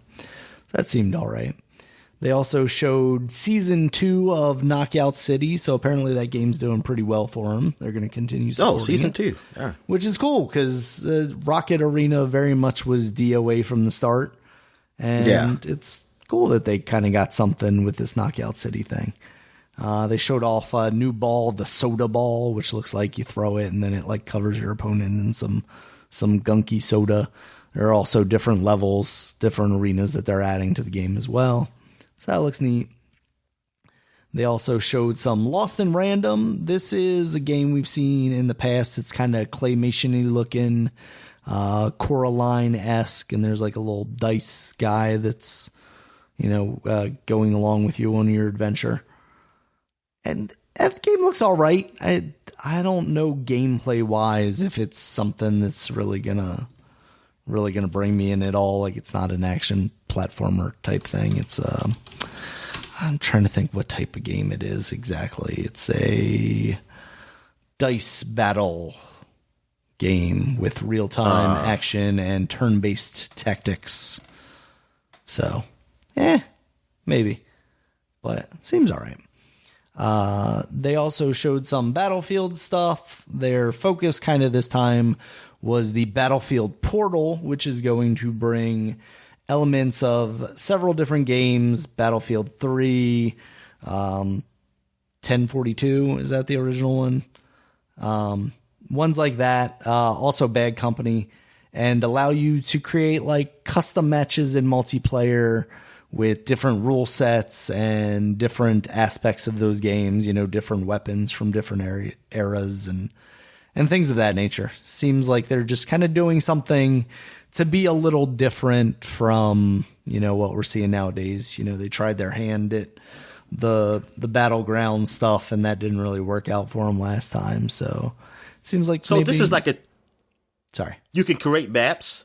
Not create maps. It's kind of more like the Forge in Halo, where you got the map and you can kind of drop things down into it. Like, I want to put the gun over here, or thing over here, win condition. Okay, yeah. That's cool. I wish a lot of those first person shooters do that. It really feels like, I don't know. I would imagine there's some kind of science behind it where it's like, oh, well, if we give people these options, then we're dividing our player base too much, because like, oh, then it'll be hard to find matches because nobody wants to play by your rules or something like that. So I wonder if that's why we don't. Yeah, well, Halo, I think it's easier now. I used to have a hard time trying to play those. Like, hey, how can I just join like one of these crazy matches or something? Mm-hmm. I mean, look, it takes work. That's all I know is it takes work before you can get it, so people can see the most popular ones and stuff. Absolutely. You know, I think that's what Halo Forge does. But I like seeing that because it keeps it so that these games last longer than what they usually do. The people want to move on, but something might catch on. Like a game, I'm saying not all games are not going to catch on to be like games that's played like Counter-Strike or something like that. Right. But maybe, I mean, you have a chance to have probably prolong a little bit longer. Like if people create really great maps and then you're like, okay, I want to play on this map. This stage looks pretty good. Or maybe you can do something like a spotlight. Say, hey, we're going to look at these these stages and see, like, rank which one's top, and we're going to put it out there. Something like that for people to see. We'll see how that turns out later this year. And then their kind of big end of the show announcement was the somewhat rumored. I think we had previously talked about that there was a rumor going around. In the past couple of weeks, like month or two, is really when I had first even heard that this stuff was kind of happening. But Dead Space is back. They didn't really give any indication of if it's going to be a remake, a remaster, what it's going to be, but it's Dead Space. They had the scary monsters and the health bar on the back of your suit, so it's very definitively Dead Space, Dominic. What do you think? So visceral. So it's being made by EA Motive, actually. Are they Visceral people went to them, or only some of them did? They were the ones that Jade Raymond and the lady from Naughty Dog had originally gone to before they left, and were supposed to be making the Star Wars game. All right. It's just I was looking at Jim Sterling's latest video because he was talking about this and how he's not going to buy it. Oh, okay. And because of what they did to Visual, and like now you're bringing this back. Now it's I don't know. I mean, okay, you boycott what you want to boycott. I mean, I understand, but I mean, for me, I don't really play the game anyway because I'm not really into the horror games. But people are excited for this. I hope it does as well. I hope it's a good game, but it's I can see why people have a problem. Like, you got rid of this studio, you didn't give them a chance to work on it. Like, this is their game, and now you're bringing it back after you got rid of them. Yeah, it looks bad. Especially, you announced this after the Callisto Protocol, that game that looked very Dead Space inspired and is from some of the people that did create Dead Space. Exactly. Yeah. So it's like, oh, this could be a moneymaker for us? Maybe we should revisit this. Yeah. So I think that's what he tried to really spin in. Like, hey, look at Callisto's Protocol, like that game. And I wonder how much of it is also like looking at Capcom and going, oh yeah, we could just do the remake, the Resident Evil style thing with this and make people happy. Yeah, them doing a remake. Well, sorry. I feel like, why can't it be a new game? Like, now to start from, is the lore a known thing? Is that right? The only thing I know about the first game is that Isaac goes to a space station that he like works on, and then something happens to his girlfriend, and then he's trying to get his girlfriend back. Yeah, but I know that too. I'm just saying, like, did 2 deviate from that? Like, lore? What did it do? I didn't notice that. Well, that's what I mean. When I watched it on there's YouTube. Nothing to it, really, even. The only thing I was thinking about when they say go back to what it was is that, okay, it's not going to be 2-player. Right. Because that's what they had it in 3. And it's not going to be microtransactions because you had that in 3. Except we're definitely keeping that aspect on.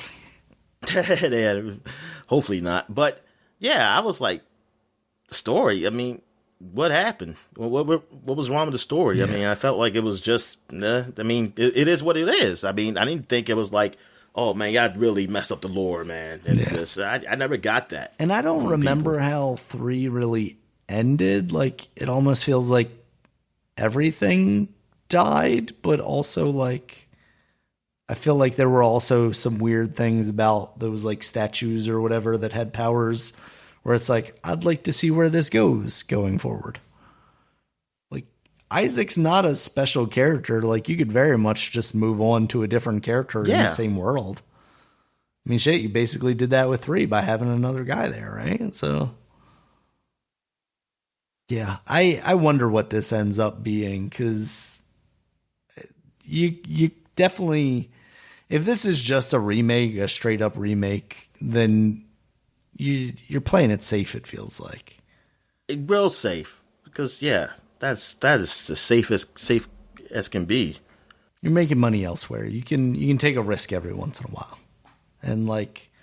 I know EA has like this feeling about like, hey, we took risks. We made this game. We made Mirror's Edge, years and years ago. Rocket League. What's that? Rocket League. Rocket Arena. Rocket Arena. Yeah, yeah. Rocket Arena. Yeah. Yeah. Yeah. See, that was a dumb title too. See, absolutely. Because it's already Rocket League. And I think they felt kind of burnt after that because none of those games sold as well as they wanted to. I'm sure they sold fine, but since then it's just been like, here, we're going to churn out the same kind of shit until, like something like Titanfall or Jedi Fallen Order have kind of broken the mold a little bit. But for the most part, you're just kind of getting the same stuff from EA all the time. They haven't really taken those risks since then. Yeah, them and Activision, they're basically similar to Activision. Yeah, absolutely. Yeah. So, yeah, hopefully not in some ways, Dominic. So speaking of Activision and terrible companies, because at one point EA was voted the worst company in America. Hopefully Activision's taking that title this year. So California, their Fair Employment and Housing, they have brought forth a lawsuit against Activision, basically alleging that their quote unquote frat boy culture and some sexual harassment claims have made this company a pretty shit place for a lot of women specifically to work, And reading through these allegations, there's some pretty bad stuff in there. There's some kind of run of the mill, not paying women the same wages, micromanaging them, more than their male counterparts, promoting them more than their male counterparts. There's stuff about their male counterparts basically being able to play video games while these women are being expected to complete their work. Or getting drunk. And that's when you get into the really kind of even worse stuff where they're talking about like cubicle crawls where their male counterparts are getting drunk and going like cubicle to cubicle harassing these women. There was even a story about a woman taking her own life while on a business trip because of, a sexual relationship she was having with her superior. So this investigation, it sounds like it's been happening for the past 2 years. So it seems pretty grounded in reality of what that company was and seemingly still is. We don't know. That's what will be determined in court. But this is on a level that I don't even think some of that stuff that came out of Ubisoft was talking about. This is some real bad shit, and somebody over there needs to take accountability. I mean, all the memos and internal correspondence, it sounds like, from the higher ups so far that have leaked out have basically been like, this doesn't reflect the culture of our company, and this isn't the place that we are, and blah, blah, blah, diversity in this, that, and the other thing. But I don't know. I don't think, a state department is necessarily going to go at a company as large as Activision Blizzard without having some, pretty substantial evidence. So where all this took place, was this like all over the company, or was there a certain department? It seems like it's pretty widespread throughout the company based on my reading of it. Yeah. Yeah, it's awful. Like some things I read too. It was just disgusting. I mean, I never worked in an environment similar to this. Mm-hmm. I mean, I never really worked in an environment where there was mostly men or white people in general. So I don't know, like that work environment where like in a corporate space where corporate space is mostly men and they're white, or yeah, they're mostly white. So can't really imagine too much about what it would be like there. But that sounds like shit.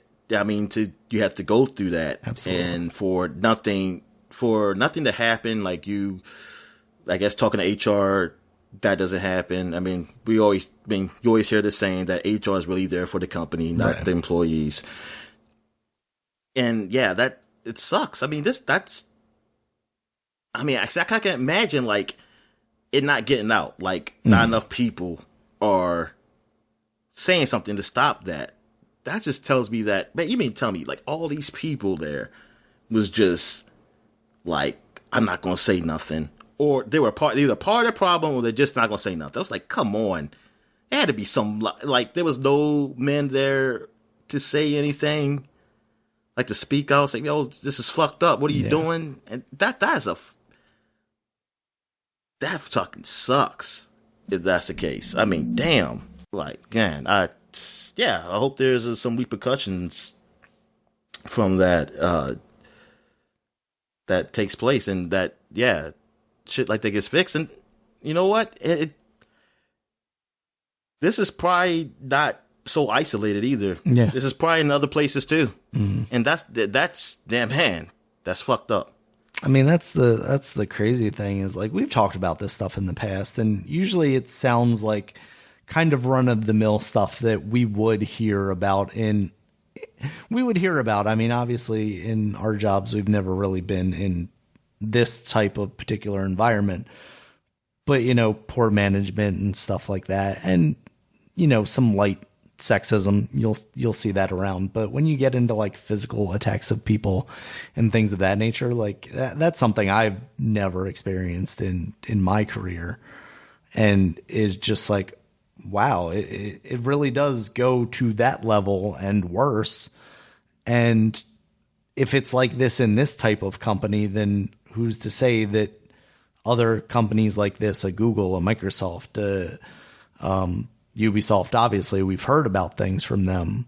Who's to say that these companies don't also share similar stories, because especially in video games, like so many people go between different companies at any given time. They're basically contractors. Yeah, a lot of them are contract workers. Yeah. Right, exactly.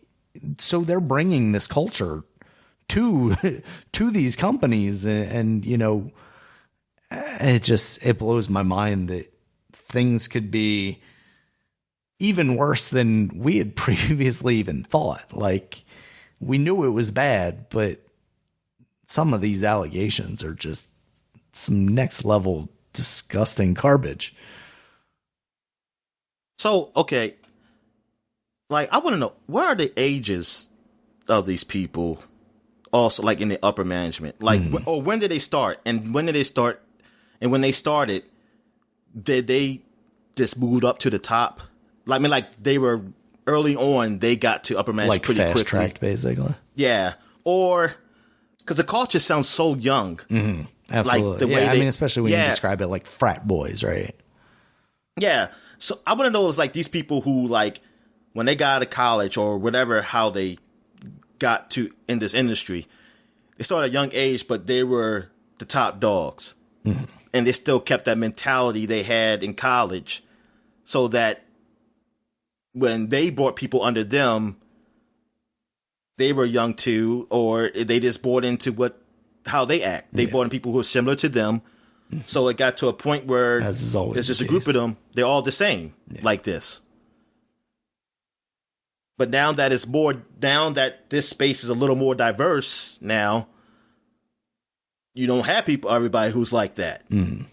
But maybe the top people are, though, because they've been there longer or something like that. So they're still act this way, act that frat boy way, and do those things. So, because that is interesting. Like, I can see like a grown ass man, like, who's in their upper 30s or 40s, like doing shit like this, But I'm thinking like maybe if he was doing this all his life, right? Exactly. Like he started, like I said, he started early, and that's what it was. Because it probably was a young man's game. I mean, like doing this stuff. Everybody probably worked on this shit when they were super young, and they just got to that space. They weren't like in their 60s or something. Like, oh yeah, I'm gonna start a video game company. No, and so they still kept that mentality. They didn't really grow up. They still act that way, and they brought in people that were similar to them, so they act that way. And now you're getting more diverse, but not everybody's right. So then there begins to be a conflict there. Yeah. Like all these men, because we separated by gender, and well, they do be specific. They said what happens to some black women in there. They were being micromanaged and things of that nature. Yeah. There was one instance where basically the manager told the woman in order to take time off, she had to basically write like a book report about what she was going to do on her vacation. Like, what the fuck? That's just disgusting. I want to know like how many black people in general work there too. Like, are the black men part of the same problem too? Because I speak from my perspective is that, like, if these people are acting like this, I can't imagine. Like, are they really just racist toward me, or just racist toward black women because they're women?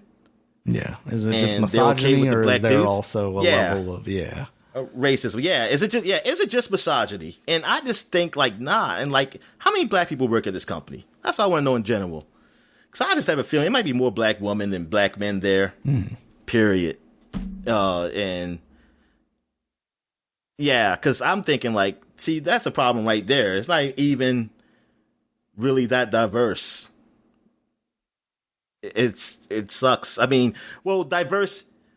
It's diverse in the way that, you know, you might have people who's Indian or Chinese or Japanese or Korean and things of that nature. But really, that's just, I mean, let's be real. That's just people white people are really comfortable with. They're really comfortable with people because they buy in to the same culture that they do over here. Yeah, it sucks. It sucks that those people had to go through this and had to take it to court.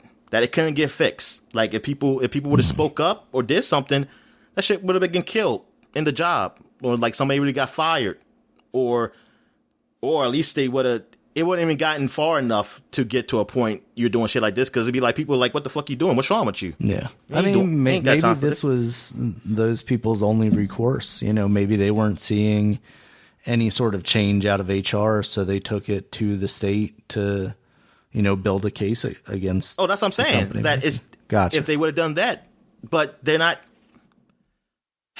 I don't know. Like, to have the balls to get away with some of the stuff I read is that I just show like, man, there must have been a lot. It can't be just a few bad apples. Absolutely, there had to be a lot of. I mean, yeah.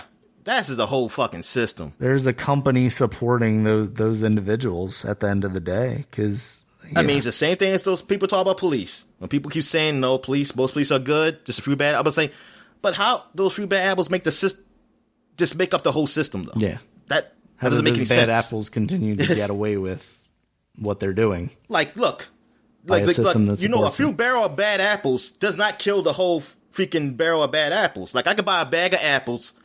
Two of them could be bad. The rest of them good. They're still good. It's mostly good, though. Oh, sorry. I got my headphones fell out. You're fine. Yeah. No, there's obviously something wrong with this company on a systematic level from the top down. And maybe that means, you know, we see some of these people at the top removed, but unless they're replaced with people who are willing to commit to making some sort of change, I don't think that's going to solve it. Yeah, put their foot down, because obviously the people under them were okay with it too. Because if enough people under them aren't okay with it, they wouldn't have got away with it. Yeah. They wouldn't have got away with it, because they would have been like, these people have been like, nah, there would be too many people going to HR, it would have been too big. They would have had to do something.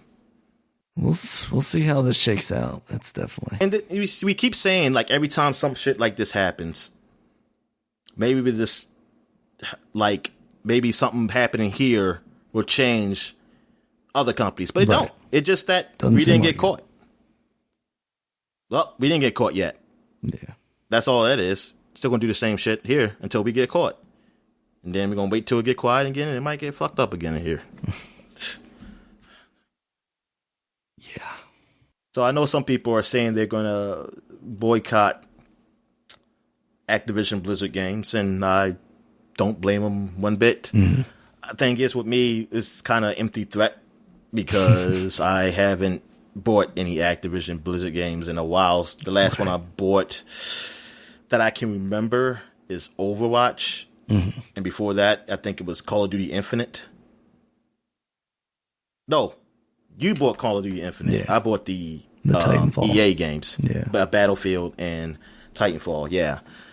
So, but that's the last. Yeah. So, yeah. So, for me, it was Tony Hawk, and they instantly punished me for buying that game by making that developer into a fucking support studio. I know. Yep. So I learned my lesson. And that was before any of this. So yeah, and plus things down the pipeline, nothing I was really hugely interested in. Yeah. So like I said, that's really an empty threat for me. So yeah, I didn't play Call of Duty. I don't play Call of Duty much anymore, or at all. I haven't played it in a few years now. So it's not really a big deal for me. But yeah, listen. That company, I mean, it's Activision Blizzard. Those are the best selling games on console / PC. Mm-hmm. Like, it's not gonna be enough of us to boycott that shit because a lot of people don't know what even fucking happened. They're not gonna know about this. Like, this is not out there enough to people who actually just buy games. Like, you have to look for this news, really. Yeah. Like, the only way I see it is because it's the space I'm in. Now, I think it was trending, but I don't know how trending works sometimes. I think some people see different things trending. Yeah, there's definitely some so customized stuff there, too.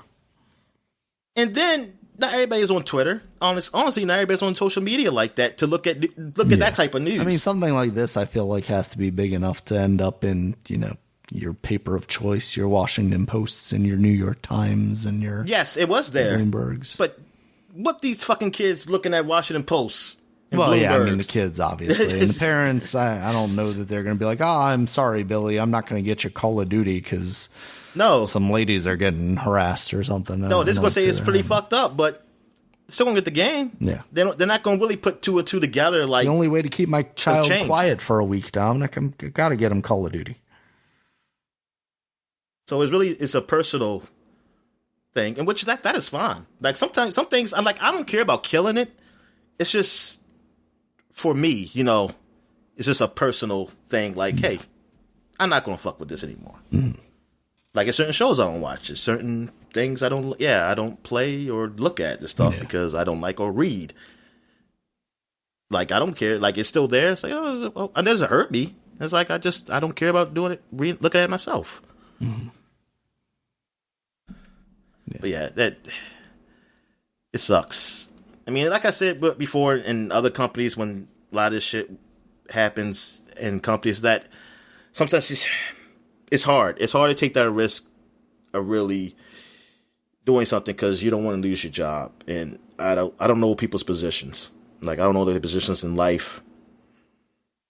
But man, I don't know. Like, maybe you have a lot to lose.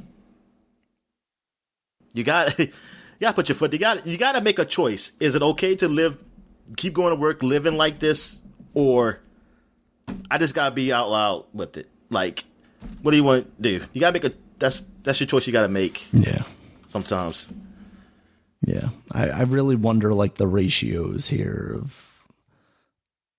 of people committing these acts versus those who were just staying silent or not speaking up or. Again, maybe they were just talking. And people knowing about it, too. Yeah. Like, how many people, and people just knowing about this. Mm-hmm. Yeah, I mean, because it's very possible that people were completely ignorant to it, just a dude in my cubicle doing artwork over here, not knowing that 2 cubicles down, my supervisor is, fucking around with somebody. Yeah, I just get my work and just go home. Yeah. Like I go ahead, work, talk to a few people, don't really get to know them personally, just go home. And I was like, oh, I didn't really pay attention to this shit. I didn't know this shit was going on. All right, anything else? No, I think that's it for the week, Dominic. So, all right. We got some new releases. Dominic, you talked about it already, but Chris Tales is now out on the PC, Nintendo Switch, PS4, PS5, it's on Xbox everything. One, Series X, and Google Stadia, Dominic. Those hot new releases coming to Google Stadia. Yeah. So, talked about that a little bit, so that seems cool. We also have Death's Door, which I've been hearing a lot about this week on some other podcasts. Yeah, me too. PC, Xbox One, and Xbox Series X. I was watching some of this on Twitch earlier in the background while we were recording just to get an idea of what it is because I hadn't looked at it yet. Looks like isometric view. You're playing as a crow with a axe or a hammer, and seems kind of. I think I've heard people describe it as a Zelda, but it seems like there's a lot less action than a Zelda game. Like there aren't a lot of enemies. So wait a minute. Are you the crow is death or something? I'm not entirely sure. He's got deathly robes on, so he could very well be, and it could very well be a scythe now that you say that, instead of a hammer or axe type thing. Yeah. Art style is cool. It's kind of simplistic. Kind of reminds me of like a Lara Croft Go in a way, like the simple colors, blocky, but not overly so, not like a Minecraft thing, but just cell shady kind of, I don't know. So that looks kind of neat. I'm intrigued to hear more about that. Check more of that out. Another thing that I was checking out on Twitch earlier was Pokemon Unite. This is now out on the Switch. It's the Pokemon MOBA. So that is something I'm very much not interested in, but I wanted to get an idea of what... It is free to play, right? Yes, I believe it is, yeah. But even then, like, I have such little interest in getting into that. Like, I don't know. MOBA games are intimidating to me in a way, and not even because... Well, this one's not going to be. Because it's Pokemon. Go ahead and play it, yeah. I don't know. Pokemon fans are the most vicious, Dominic. They're probably even worse than Dota fans or League of Legends fans. Oh yeah, they were upset that they didn't get all their 50 million Pokemon in the last game. Exactly. Yeah, so I watched a little bit of that. It looked like a MOBA. You had a character, and then you ran up to another character that wasn't like a player character, and you killed it, and then you took a tower, and then the player character came along and killed you, and then you respawned. So that's a MOBA, all right. Next up, we got Last Stop, which you also talked about earlier. PC, Nintendo Switch, PS4, PS5, Xbox One, and Xbox Series consoles. So on everything, basically, minus Stadia. So you were saying basically story stuff's pretty good. Gameplay stuff may be a little lacking, though, right? Yeah. So yeah, it's not as good as the Telltale games. Let me ask you, as far as at least maybe the bad ones. Yeah, like a Life is Strange is a little more in that, I would say, like more story motivated and less gameplay motivated. How would you compare that to something? Life is Strange is a lot better. A lot better. Okay. Yeah. Gotcha. All right, and then we got Orcs Must Die number 3. PC, PS4, Xbox One. This game already came out. Xbox Series X. For some reason. I want to say it might have been in early access. I think that's what it was. Because I was like, Orcs Must Die 3? I was thinking like, oh, maybe it's on another system. And I was like, wait a minute, that's all of that damn goddamn systems. It's like, what? How's this game not out? Yeah. Okay. Damn, man. I remember the first one. Mm-hmm. That seems like a fun series. I think I played a little bit of like 1. It was a tower defense type of game, right? Mm-hmm. Or okay. Yeah, so you're like... And it still is? Yeah, so you're like a third-person game, but you're setting up traps and stuff. So there's like a combat element to it, but also you're doing like the tower defense kind of thing where you're setting up these traps and keeping enemies back, and then you can also go one-on-one with them as like they kind of filter through your stuff. So definitely a fun looking game, and currently mostly positive rating on Steam. So that's good. All right, Dominic, that's it for the week. You got anything else? No, I'm good. All right, you can check us out on Twitter. Dominic is at DStalworth5. I'm at RegulusMB. The podcast is at Superpod. SUPAPOD. Superpod.com is the website. You can check us out there where all the previous podcasts have been posted, as well as links to all the places you can find us, including YouTube, where there's a video version of this podcast, and also iTunes, Stitcher, Google Podcasts, Spotify. I'm hearing people talk about how podcasts are on Amazon now. I have not yet checked out to see if that's the case with ours, because I feel like our podcast just ends up places without our permission. But that's a whole other thing, Dominic. So, until next time, guys. See you later. All right, see you.